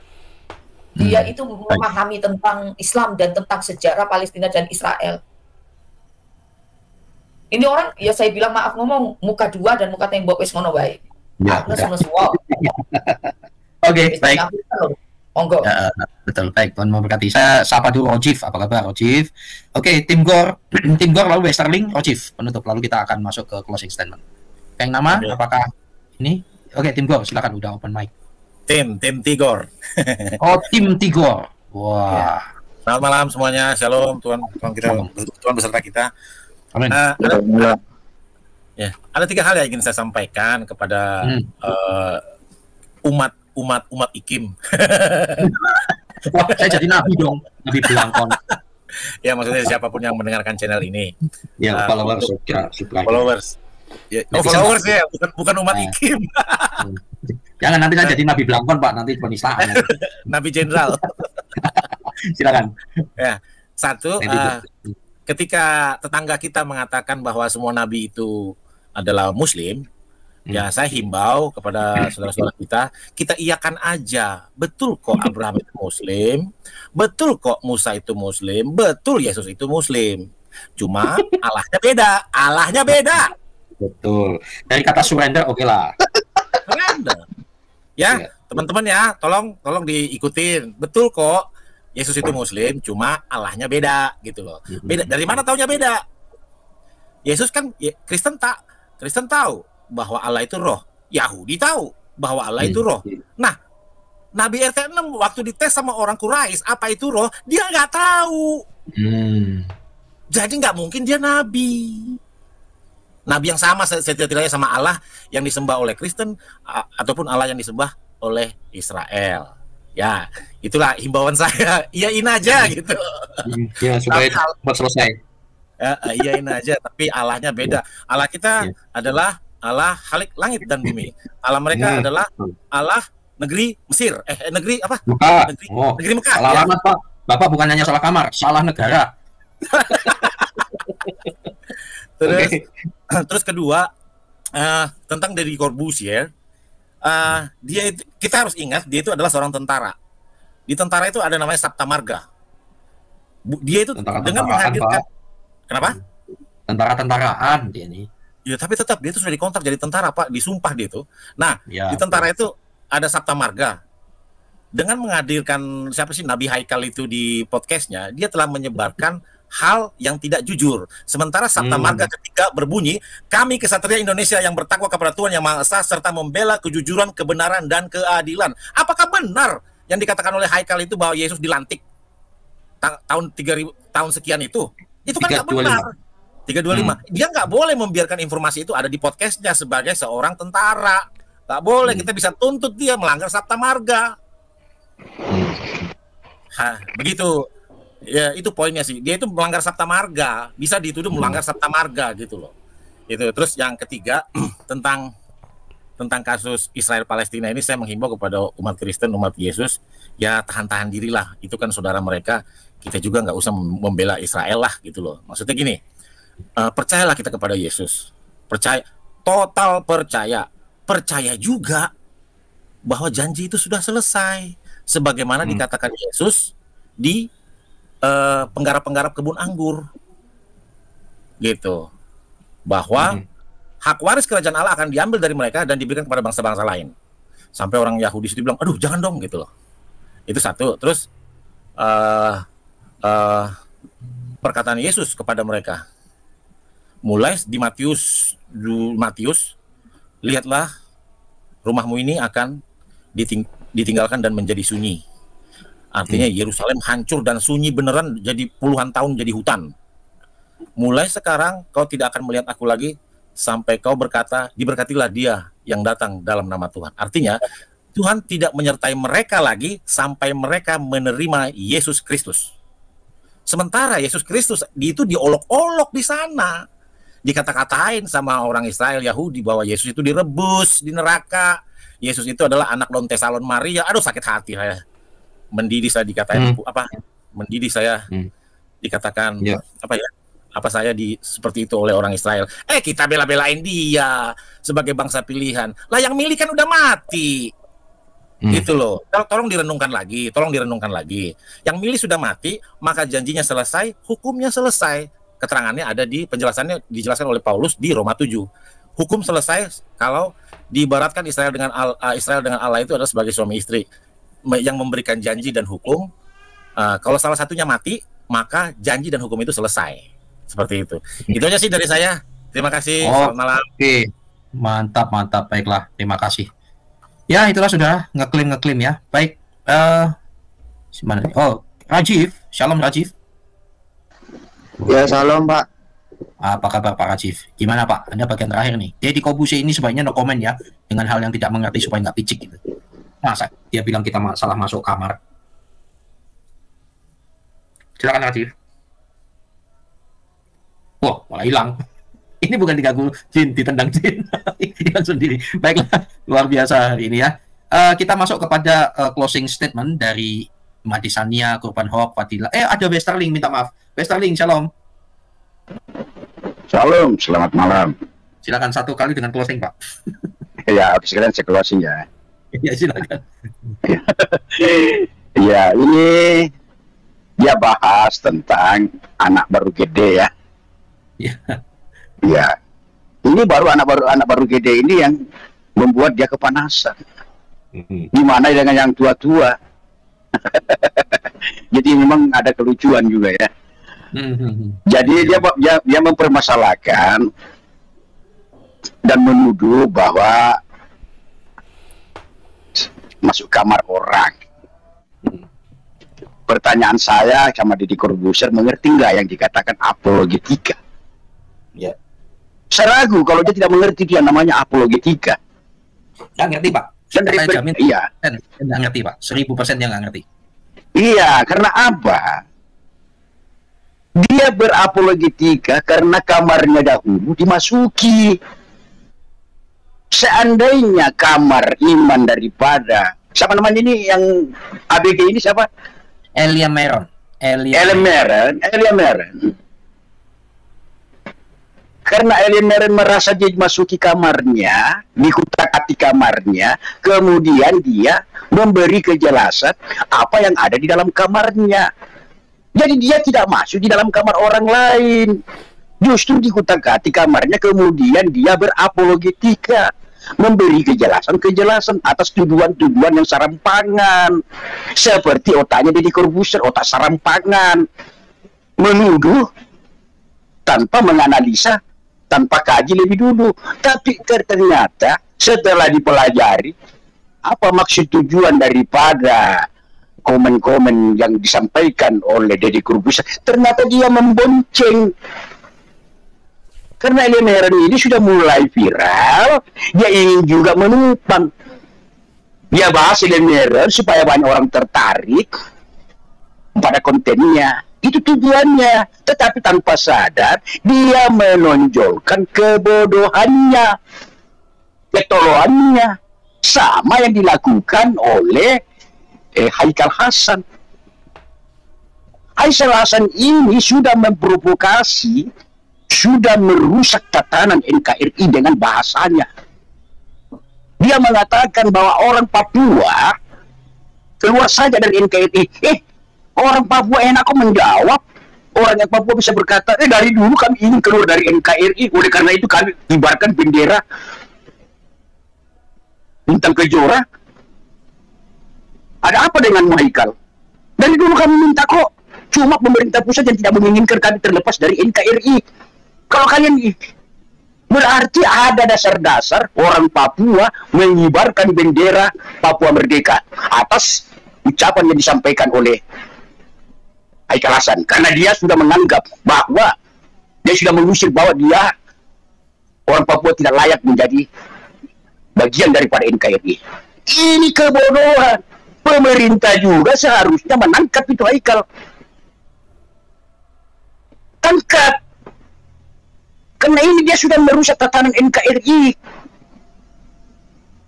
Bahasa-bahasa begini yang berbahaya, yang merusak Negara Kesatuan Republik Indonesia. Hanya karena membela suatu kaum. Hebatnya ini Haikal. Hanya karena Palestina negara yang jauh di sana, tidak ada sangkut pautnya, tidak ada hubungan apa-apa, sampai orang di dalam negeri kita sendiri dilecehkan, mau ditendang, mau dibuang. Ini sangat berbahaya. Ini pemerintah ini harus respon cepat ini apa yang diucapkan oleh Haikal Hasan. Kalau pemerintah tidak merespon cepat dan disampaikan oleh Haikal Hasan ini, bahaya menghadang. Bisa-bisa nanti orang-orang Papua mengibarkan bendera, karena memang kami sudah diminta. Karena pemerintah Indonesia juga tidak merespon apa yang disampaikan oleh Haikal Hasan. Begitu. Mulai karena itu, janganlah bernarasi seenak perut. Boleh bodoh. Tapi jangan kebodohanmu dipiara. Begitu saja Pak Ikin. Makasih. Lanjut. Terima kasih. Boleh bodoh. Pertama jangan dipiara. Lalu kedua jangan dibagi-bagi. Baiklah. Sebagai intermezzo, kita akan closing statement Lady First ya. Fadilah Hafiz, Imade Sania, Kurban Hok, lalu Kopal Jono. Kita dengarkan satu pujian berbahasa Aram Bingologi.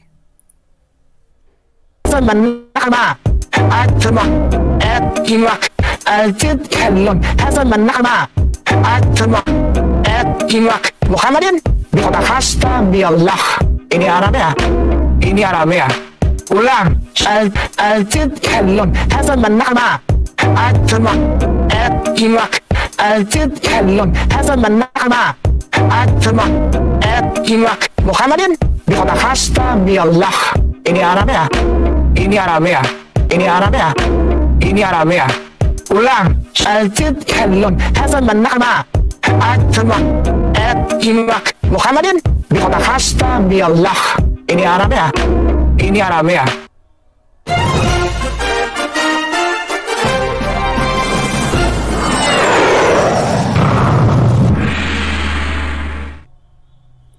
Iya, dahsyat. Baik, Bu Fadilah, waktu Anda closingnya. Fadilah Hafiz. Pak, Closing, silakan. Tadi kayak nama kok bilangnya jima-jima gitu, maksudnya apa ya? Bahasa Arab Pak, bukan jima ngawur. Iya bilangnya jima gitu, dan berapa kali itu disebutin nama Pak nyima sing ngono-ngono kuwi kok piye to? Ya, namanya Didi ya. Didi itu bahasa Arab, Pak. Ya, oke. Ya tapi jima Oke, Bu Fadilah silakan. Oke. Ya, mereka ini apa namanya ya, kalau saya bilang kuman di seberang jalan tampak, gajah di pelupuk mata tidak tampak. Modelnya sama semua. Modelnya sama semua. Kenapa? Gini loh, coba dia ngaca ya. Dia ngaca lihat teman-teman mu'alafnya. Dan teman-teman mu'alaf dan yang tidak mu'alaf. Betapa mereka ngeledekin kekristenan itu kayak apa. Gitu loh. Harusnya dia ngaca balik. Cuman satu Elia saja. Itu jadi bahan kemarahan dia. Coba kita lihat Kainama, Donditan, siapa lagi? Dulu itu siapa? Yahya Waloni. Cuma. Dan semuanya banyak sekali, belum si siapa? Yang polimuter itu si Rifa lah, Umi Dini, Nandar segala macam. Betapa mereka bahkan bukan kita kalau si Elia ini kan dia menjelaskan, menjawab sebenarnya. Gak ada caci maki. Bahkan dia dengan lemah lembut dengan bahasa yang baik. Nah, coba kita lihat yang seberang. Yang di sana, gak usah mu'alaf, gak mu'alaf sama aja. Ustadznya juga kayak gitu. Sampai bilang di salib itu ada jin. Kalau kita mau tersinggung, bisa saja tersinggung gitu loh. Kamu tersinggung cuma dengan satu Elia. Lah kami kalau mau tersinggung, mau baper. Dengan banyak model-model mu'alaf lain ya, selain si Dedi ini. Belum lagi yang bukan mu'alaf, yang Islam dari kecil, yang sudah jadi ustadz. Berapa banyak coba kita dikata-katain. Itu loh. Jadi sebelum dia membawa ini apa namanya dijadikan konten masalah Elia, mbok ngacao gitu loh, mbok lihat toh gitu loh, bukan ke diri dia ya, ke diri dia mah TS tidak pernah ngaca kali ya, paling tidak ke rekan-rekan sesama mu'alaf, ke rekan-rekan dia, ustadz-ustadz dia ya. Jadi kalau kamu bilang jangan mengganggu kamar orang lain, yang ngomong sama orang-orang kamu juga jangan mengganggu kamar orang lain. Karena semua apologet itu menjawab tuduhan-tuduhan imanmu sekarang tentang iman kami gitu loh. Kalau kalian tidak memulai, tidak menuduh, kami kan punya hak jawab. Pun Elia punya hak jawab. Ketika kamu kecuali ya, gini loh. Kalau apa yang kamu tuduhkan terhadap Elia itu bisa kamu pertanggungjawabkan atau bisa kamu kupas lebih mendalam, ajak Elia undang ke tempatmu, kemudian kamu tanyakan apa mau kowe pengen kowe apa Elia. Tapi secara apa? Secara cerdas. Secara data yang valid. Jangan asal ngomong cipris, mentang-mentang ini lagi viral, kemudian kamu angkat, kamu tersinggung. Ya, masalah dia juga menyindir masalah si Indah G, siapa itu? Masalah apa dana ke Palestina kalau saya nggak salah tonton itu. Nah sebelumnya dia akan menyetujui ungkapan dari Ustadz Azhari itu, Ar-Razi siapa? Yang mengenai dana yang masuk ke Palestina itu tidak gampang. Ini kan jadinya bertentangan dengan apa yang dia ungkapkan saat ini gitu loh. Dia harus banyak belajar tentang agamanya. Kalau tidak mau ngusik-ngusik agama orang lain dan belajar tentang tentang apologetika. Biar dia paham. Ini orang nggak paham. Jadi asal ngecipris, atau ngomong kue keliru, padahal di diri dia sendiri, di komunitasnya dia sendiri lebih parah gitu loh. Jadi ini dia kejeblos menggali lubang menggali jurang untuk dia sendiri si Dedi ini harus saya bilang ya. Jadi kalau kamu nyuruh Elia stop gitu loh, lihat dulu ke tempatmu, itu lebih banyak lebih parah daripada Elia dengan bahasa yang baik loh. Dan dia menjawab segala tuduhan tempatmu. Kalau tidak ada tuduhan itu, saya yakin Elia pun tidak akan ngomong seperti itu gitu loh. Kalau tidak ada yang aneh yang disampaikan oleh teman-temanmu, ya juga tidak akan kita nih keluar-keluar kayak begini. Benar nggak Pak Heri?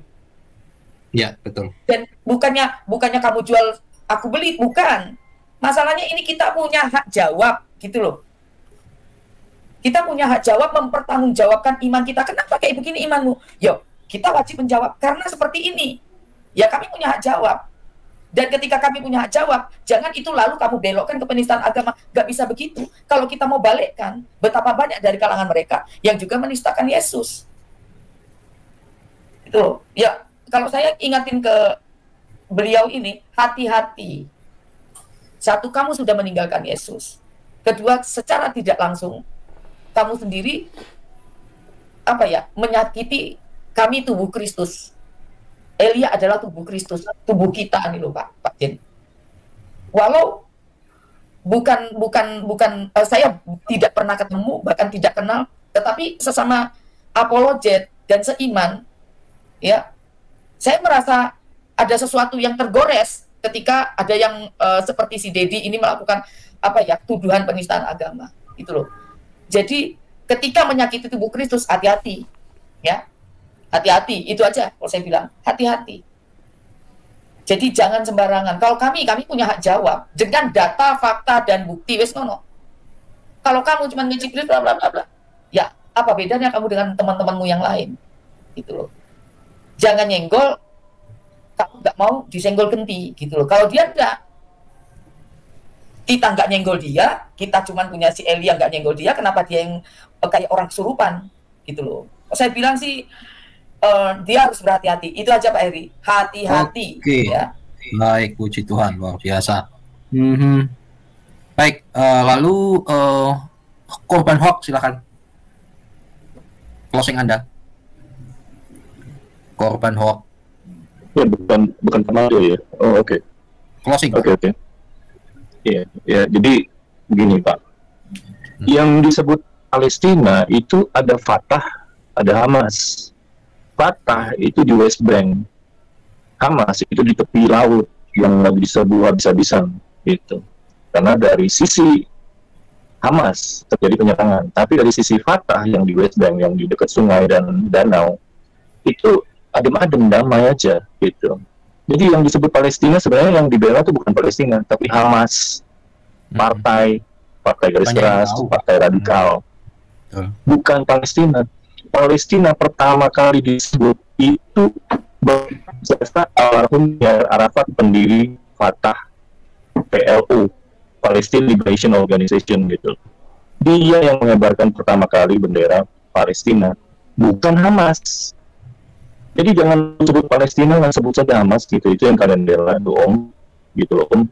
Jadi tolong gali sejarah sebelum ngomong lah gitu loh. Saya respect banget dengan apa Yasser Arafat gitu. Dia itu berjuang dari muda loh, pernah dikerubutin sampai begitu rapatnya sehingga dia pakai pakaian wanita kan dulu kan pakai cadar segala macam gitu, lolos dari pengepungan itu gitu. Ada bukunya tuh bagus sekali gitu. Respect saya sama pemimpin PLO yang ini gitu loh. Sampai tuanya tetap dia membela loh gitu loh. Tapi jangan setelah pengibar bendera pertama Palestina dan yang menunjukkan Palestina di peta dunia itu Yasser Arafat dari Fatah, bukan Hamas gitu loh. Jadi sebenarnya pertanyaannya siapa Hamas gitu. Nah nanti kalau diceritakan ini kan saya nggak usah cerita gitu loh. Tapi di situ ada gitu loh sejarahnya, pemimpinnya yang ada di Qatar di bawah perlindungan emir, hartanya puluhan triliun, makanannya enak-enak, punya pribadi, punya pengawal. Yang hancur kan rakyatnya gimana? Di jalur Gaza, di pantai. Dia gimana? Lagi fokus gitu. Yaitu beritanya rakyat dan pemimpin yang terpisah jauh di sana gitu. Yang berjuang siapa? Yang jauh gitu. Yang enak siapa? Yang di sana di Qatar gitu. Ya itu. Jadi jangan membuat halusinasi dengan kata Palestina. Belum tentu Palestina. Palestina itu dua, kiri dan kanan gitu. Peta deh.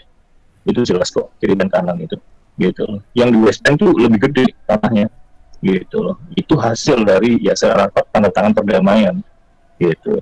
Disponsori oleh PBB, disponsori oleh Amerika saat Amerika itu hegemoni terkuat di dunia gitu. Nah itu jadi ada juga dukungan dari Mesir untuk perdamaian itu gitu. Jadi sukses berdirinya Palestina itu adalah karena Fatah, bukan karena Hamas. Nggak usah sebut Palestina kalau cuma separuh doang gitu loh. Nah itu Pak, kalau orang nggak ngegali sejarah dengan dalam ya begini, cuma pengen hula-hula gitu loh, pengen ikut hype lah, bagi curi kesempatan gitu loh, kayak kata Bu Fadila gitu loh ya, ingin sensasi gitu loh ya, capek kalau kayak gitu ya Om ya gitu. Nanti makin redup nih, makin hilang nih ininya viewersnya. Dulu saya pengalaman loh Om, karena Om Deddy saya pikir pinter gitu ya. Puncak dari ajaran kekristenan adalah Allah, firman yang bersama-sama dengan Allah itu menjadi manusia. Itu puncak kristologi yang luar biasa. Jadi kristologi yang sesungguhnya di mana sang firman menjadi daging, menjadi manusia untuk menyelamatkan manusia. Ya. Menyelamatkan manusia yang binasa karena dosa. Jadi jangan teman-teman pelintir lagi ya. Nah, dia diam di antara kita. Dalam Yohanes 1 dikatakan dengan jelas, ia datang ke dunia, firman itu menjadi manusia dan diam di antara kita, dan kita telah melihat kemuliaannya, kemuliaan anak itu, Yesus itu, yaitu kemuliaan yang diberikan kepadanya sebagai anak tunggal Bapa, penuh kasih, karunia dan kebenaran. Jadi ketika Yesus datang ke dunia, ia disebut anak Bapa, bukan berarti dia punya ibu atau seperti tuduhan-tuduhan teman-teman. Tapi itu wujud kedekatan bahwa firman dan Bapa itu sehakikat disebut Allah, tapi firman itu menjadi manusia. Kenapa menjadi manusia? Itu urusannya karena kamu dan saya berdosa. Supaya kamu dan saya selamat. Dia harus menjadi manusia seperti kita untuk mengambil alih seluruh hidup kita yang sudah rusak, menggantikannya supaya kita diselamatkan. Itulah puncak dari kasih Allah bagi umat manusia. Itulah doktrin kekristenan yang tidak kamu pahami, tapi selama ini kamu selewengkan, tafsirkan sembarangan. Dan semoga hatimu terbuka dan lebih bertanggung jawab terhadap ajaranmu. Kalau kamu tidak yakin, ya udah, tinggal berpikir saja. Tetapi dalam kekristenan, keselamatan itu mutlak dari Yesus Kristus, tidak ada yang lain. Dia datang dari sorga untuk manusia supaya diselamatkan. Jadi jangan kepanasan, silahkan berpikir dengan waras sambil minum air putih supaya teman-teman tidak kepanasan dan tidak main tuduh dan tidak main klaim. tapi semakin sadar dan semakin pintar berwawasan untuk meyakini sesuatu. Sampai di sini teman-teman video saya. Jangan lupa tekan tombol subscribe, like, komen, dan share. Sampai ketemu di video selanjutnya. Bye-bye.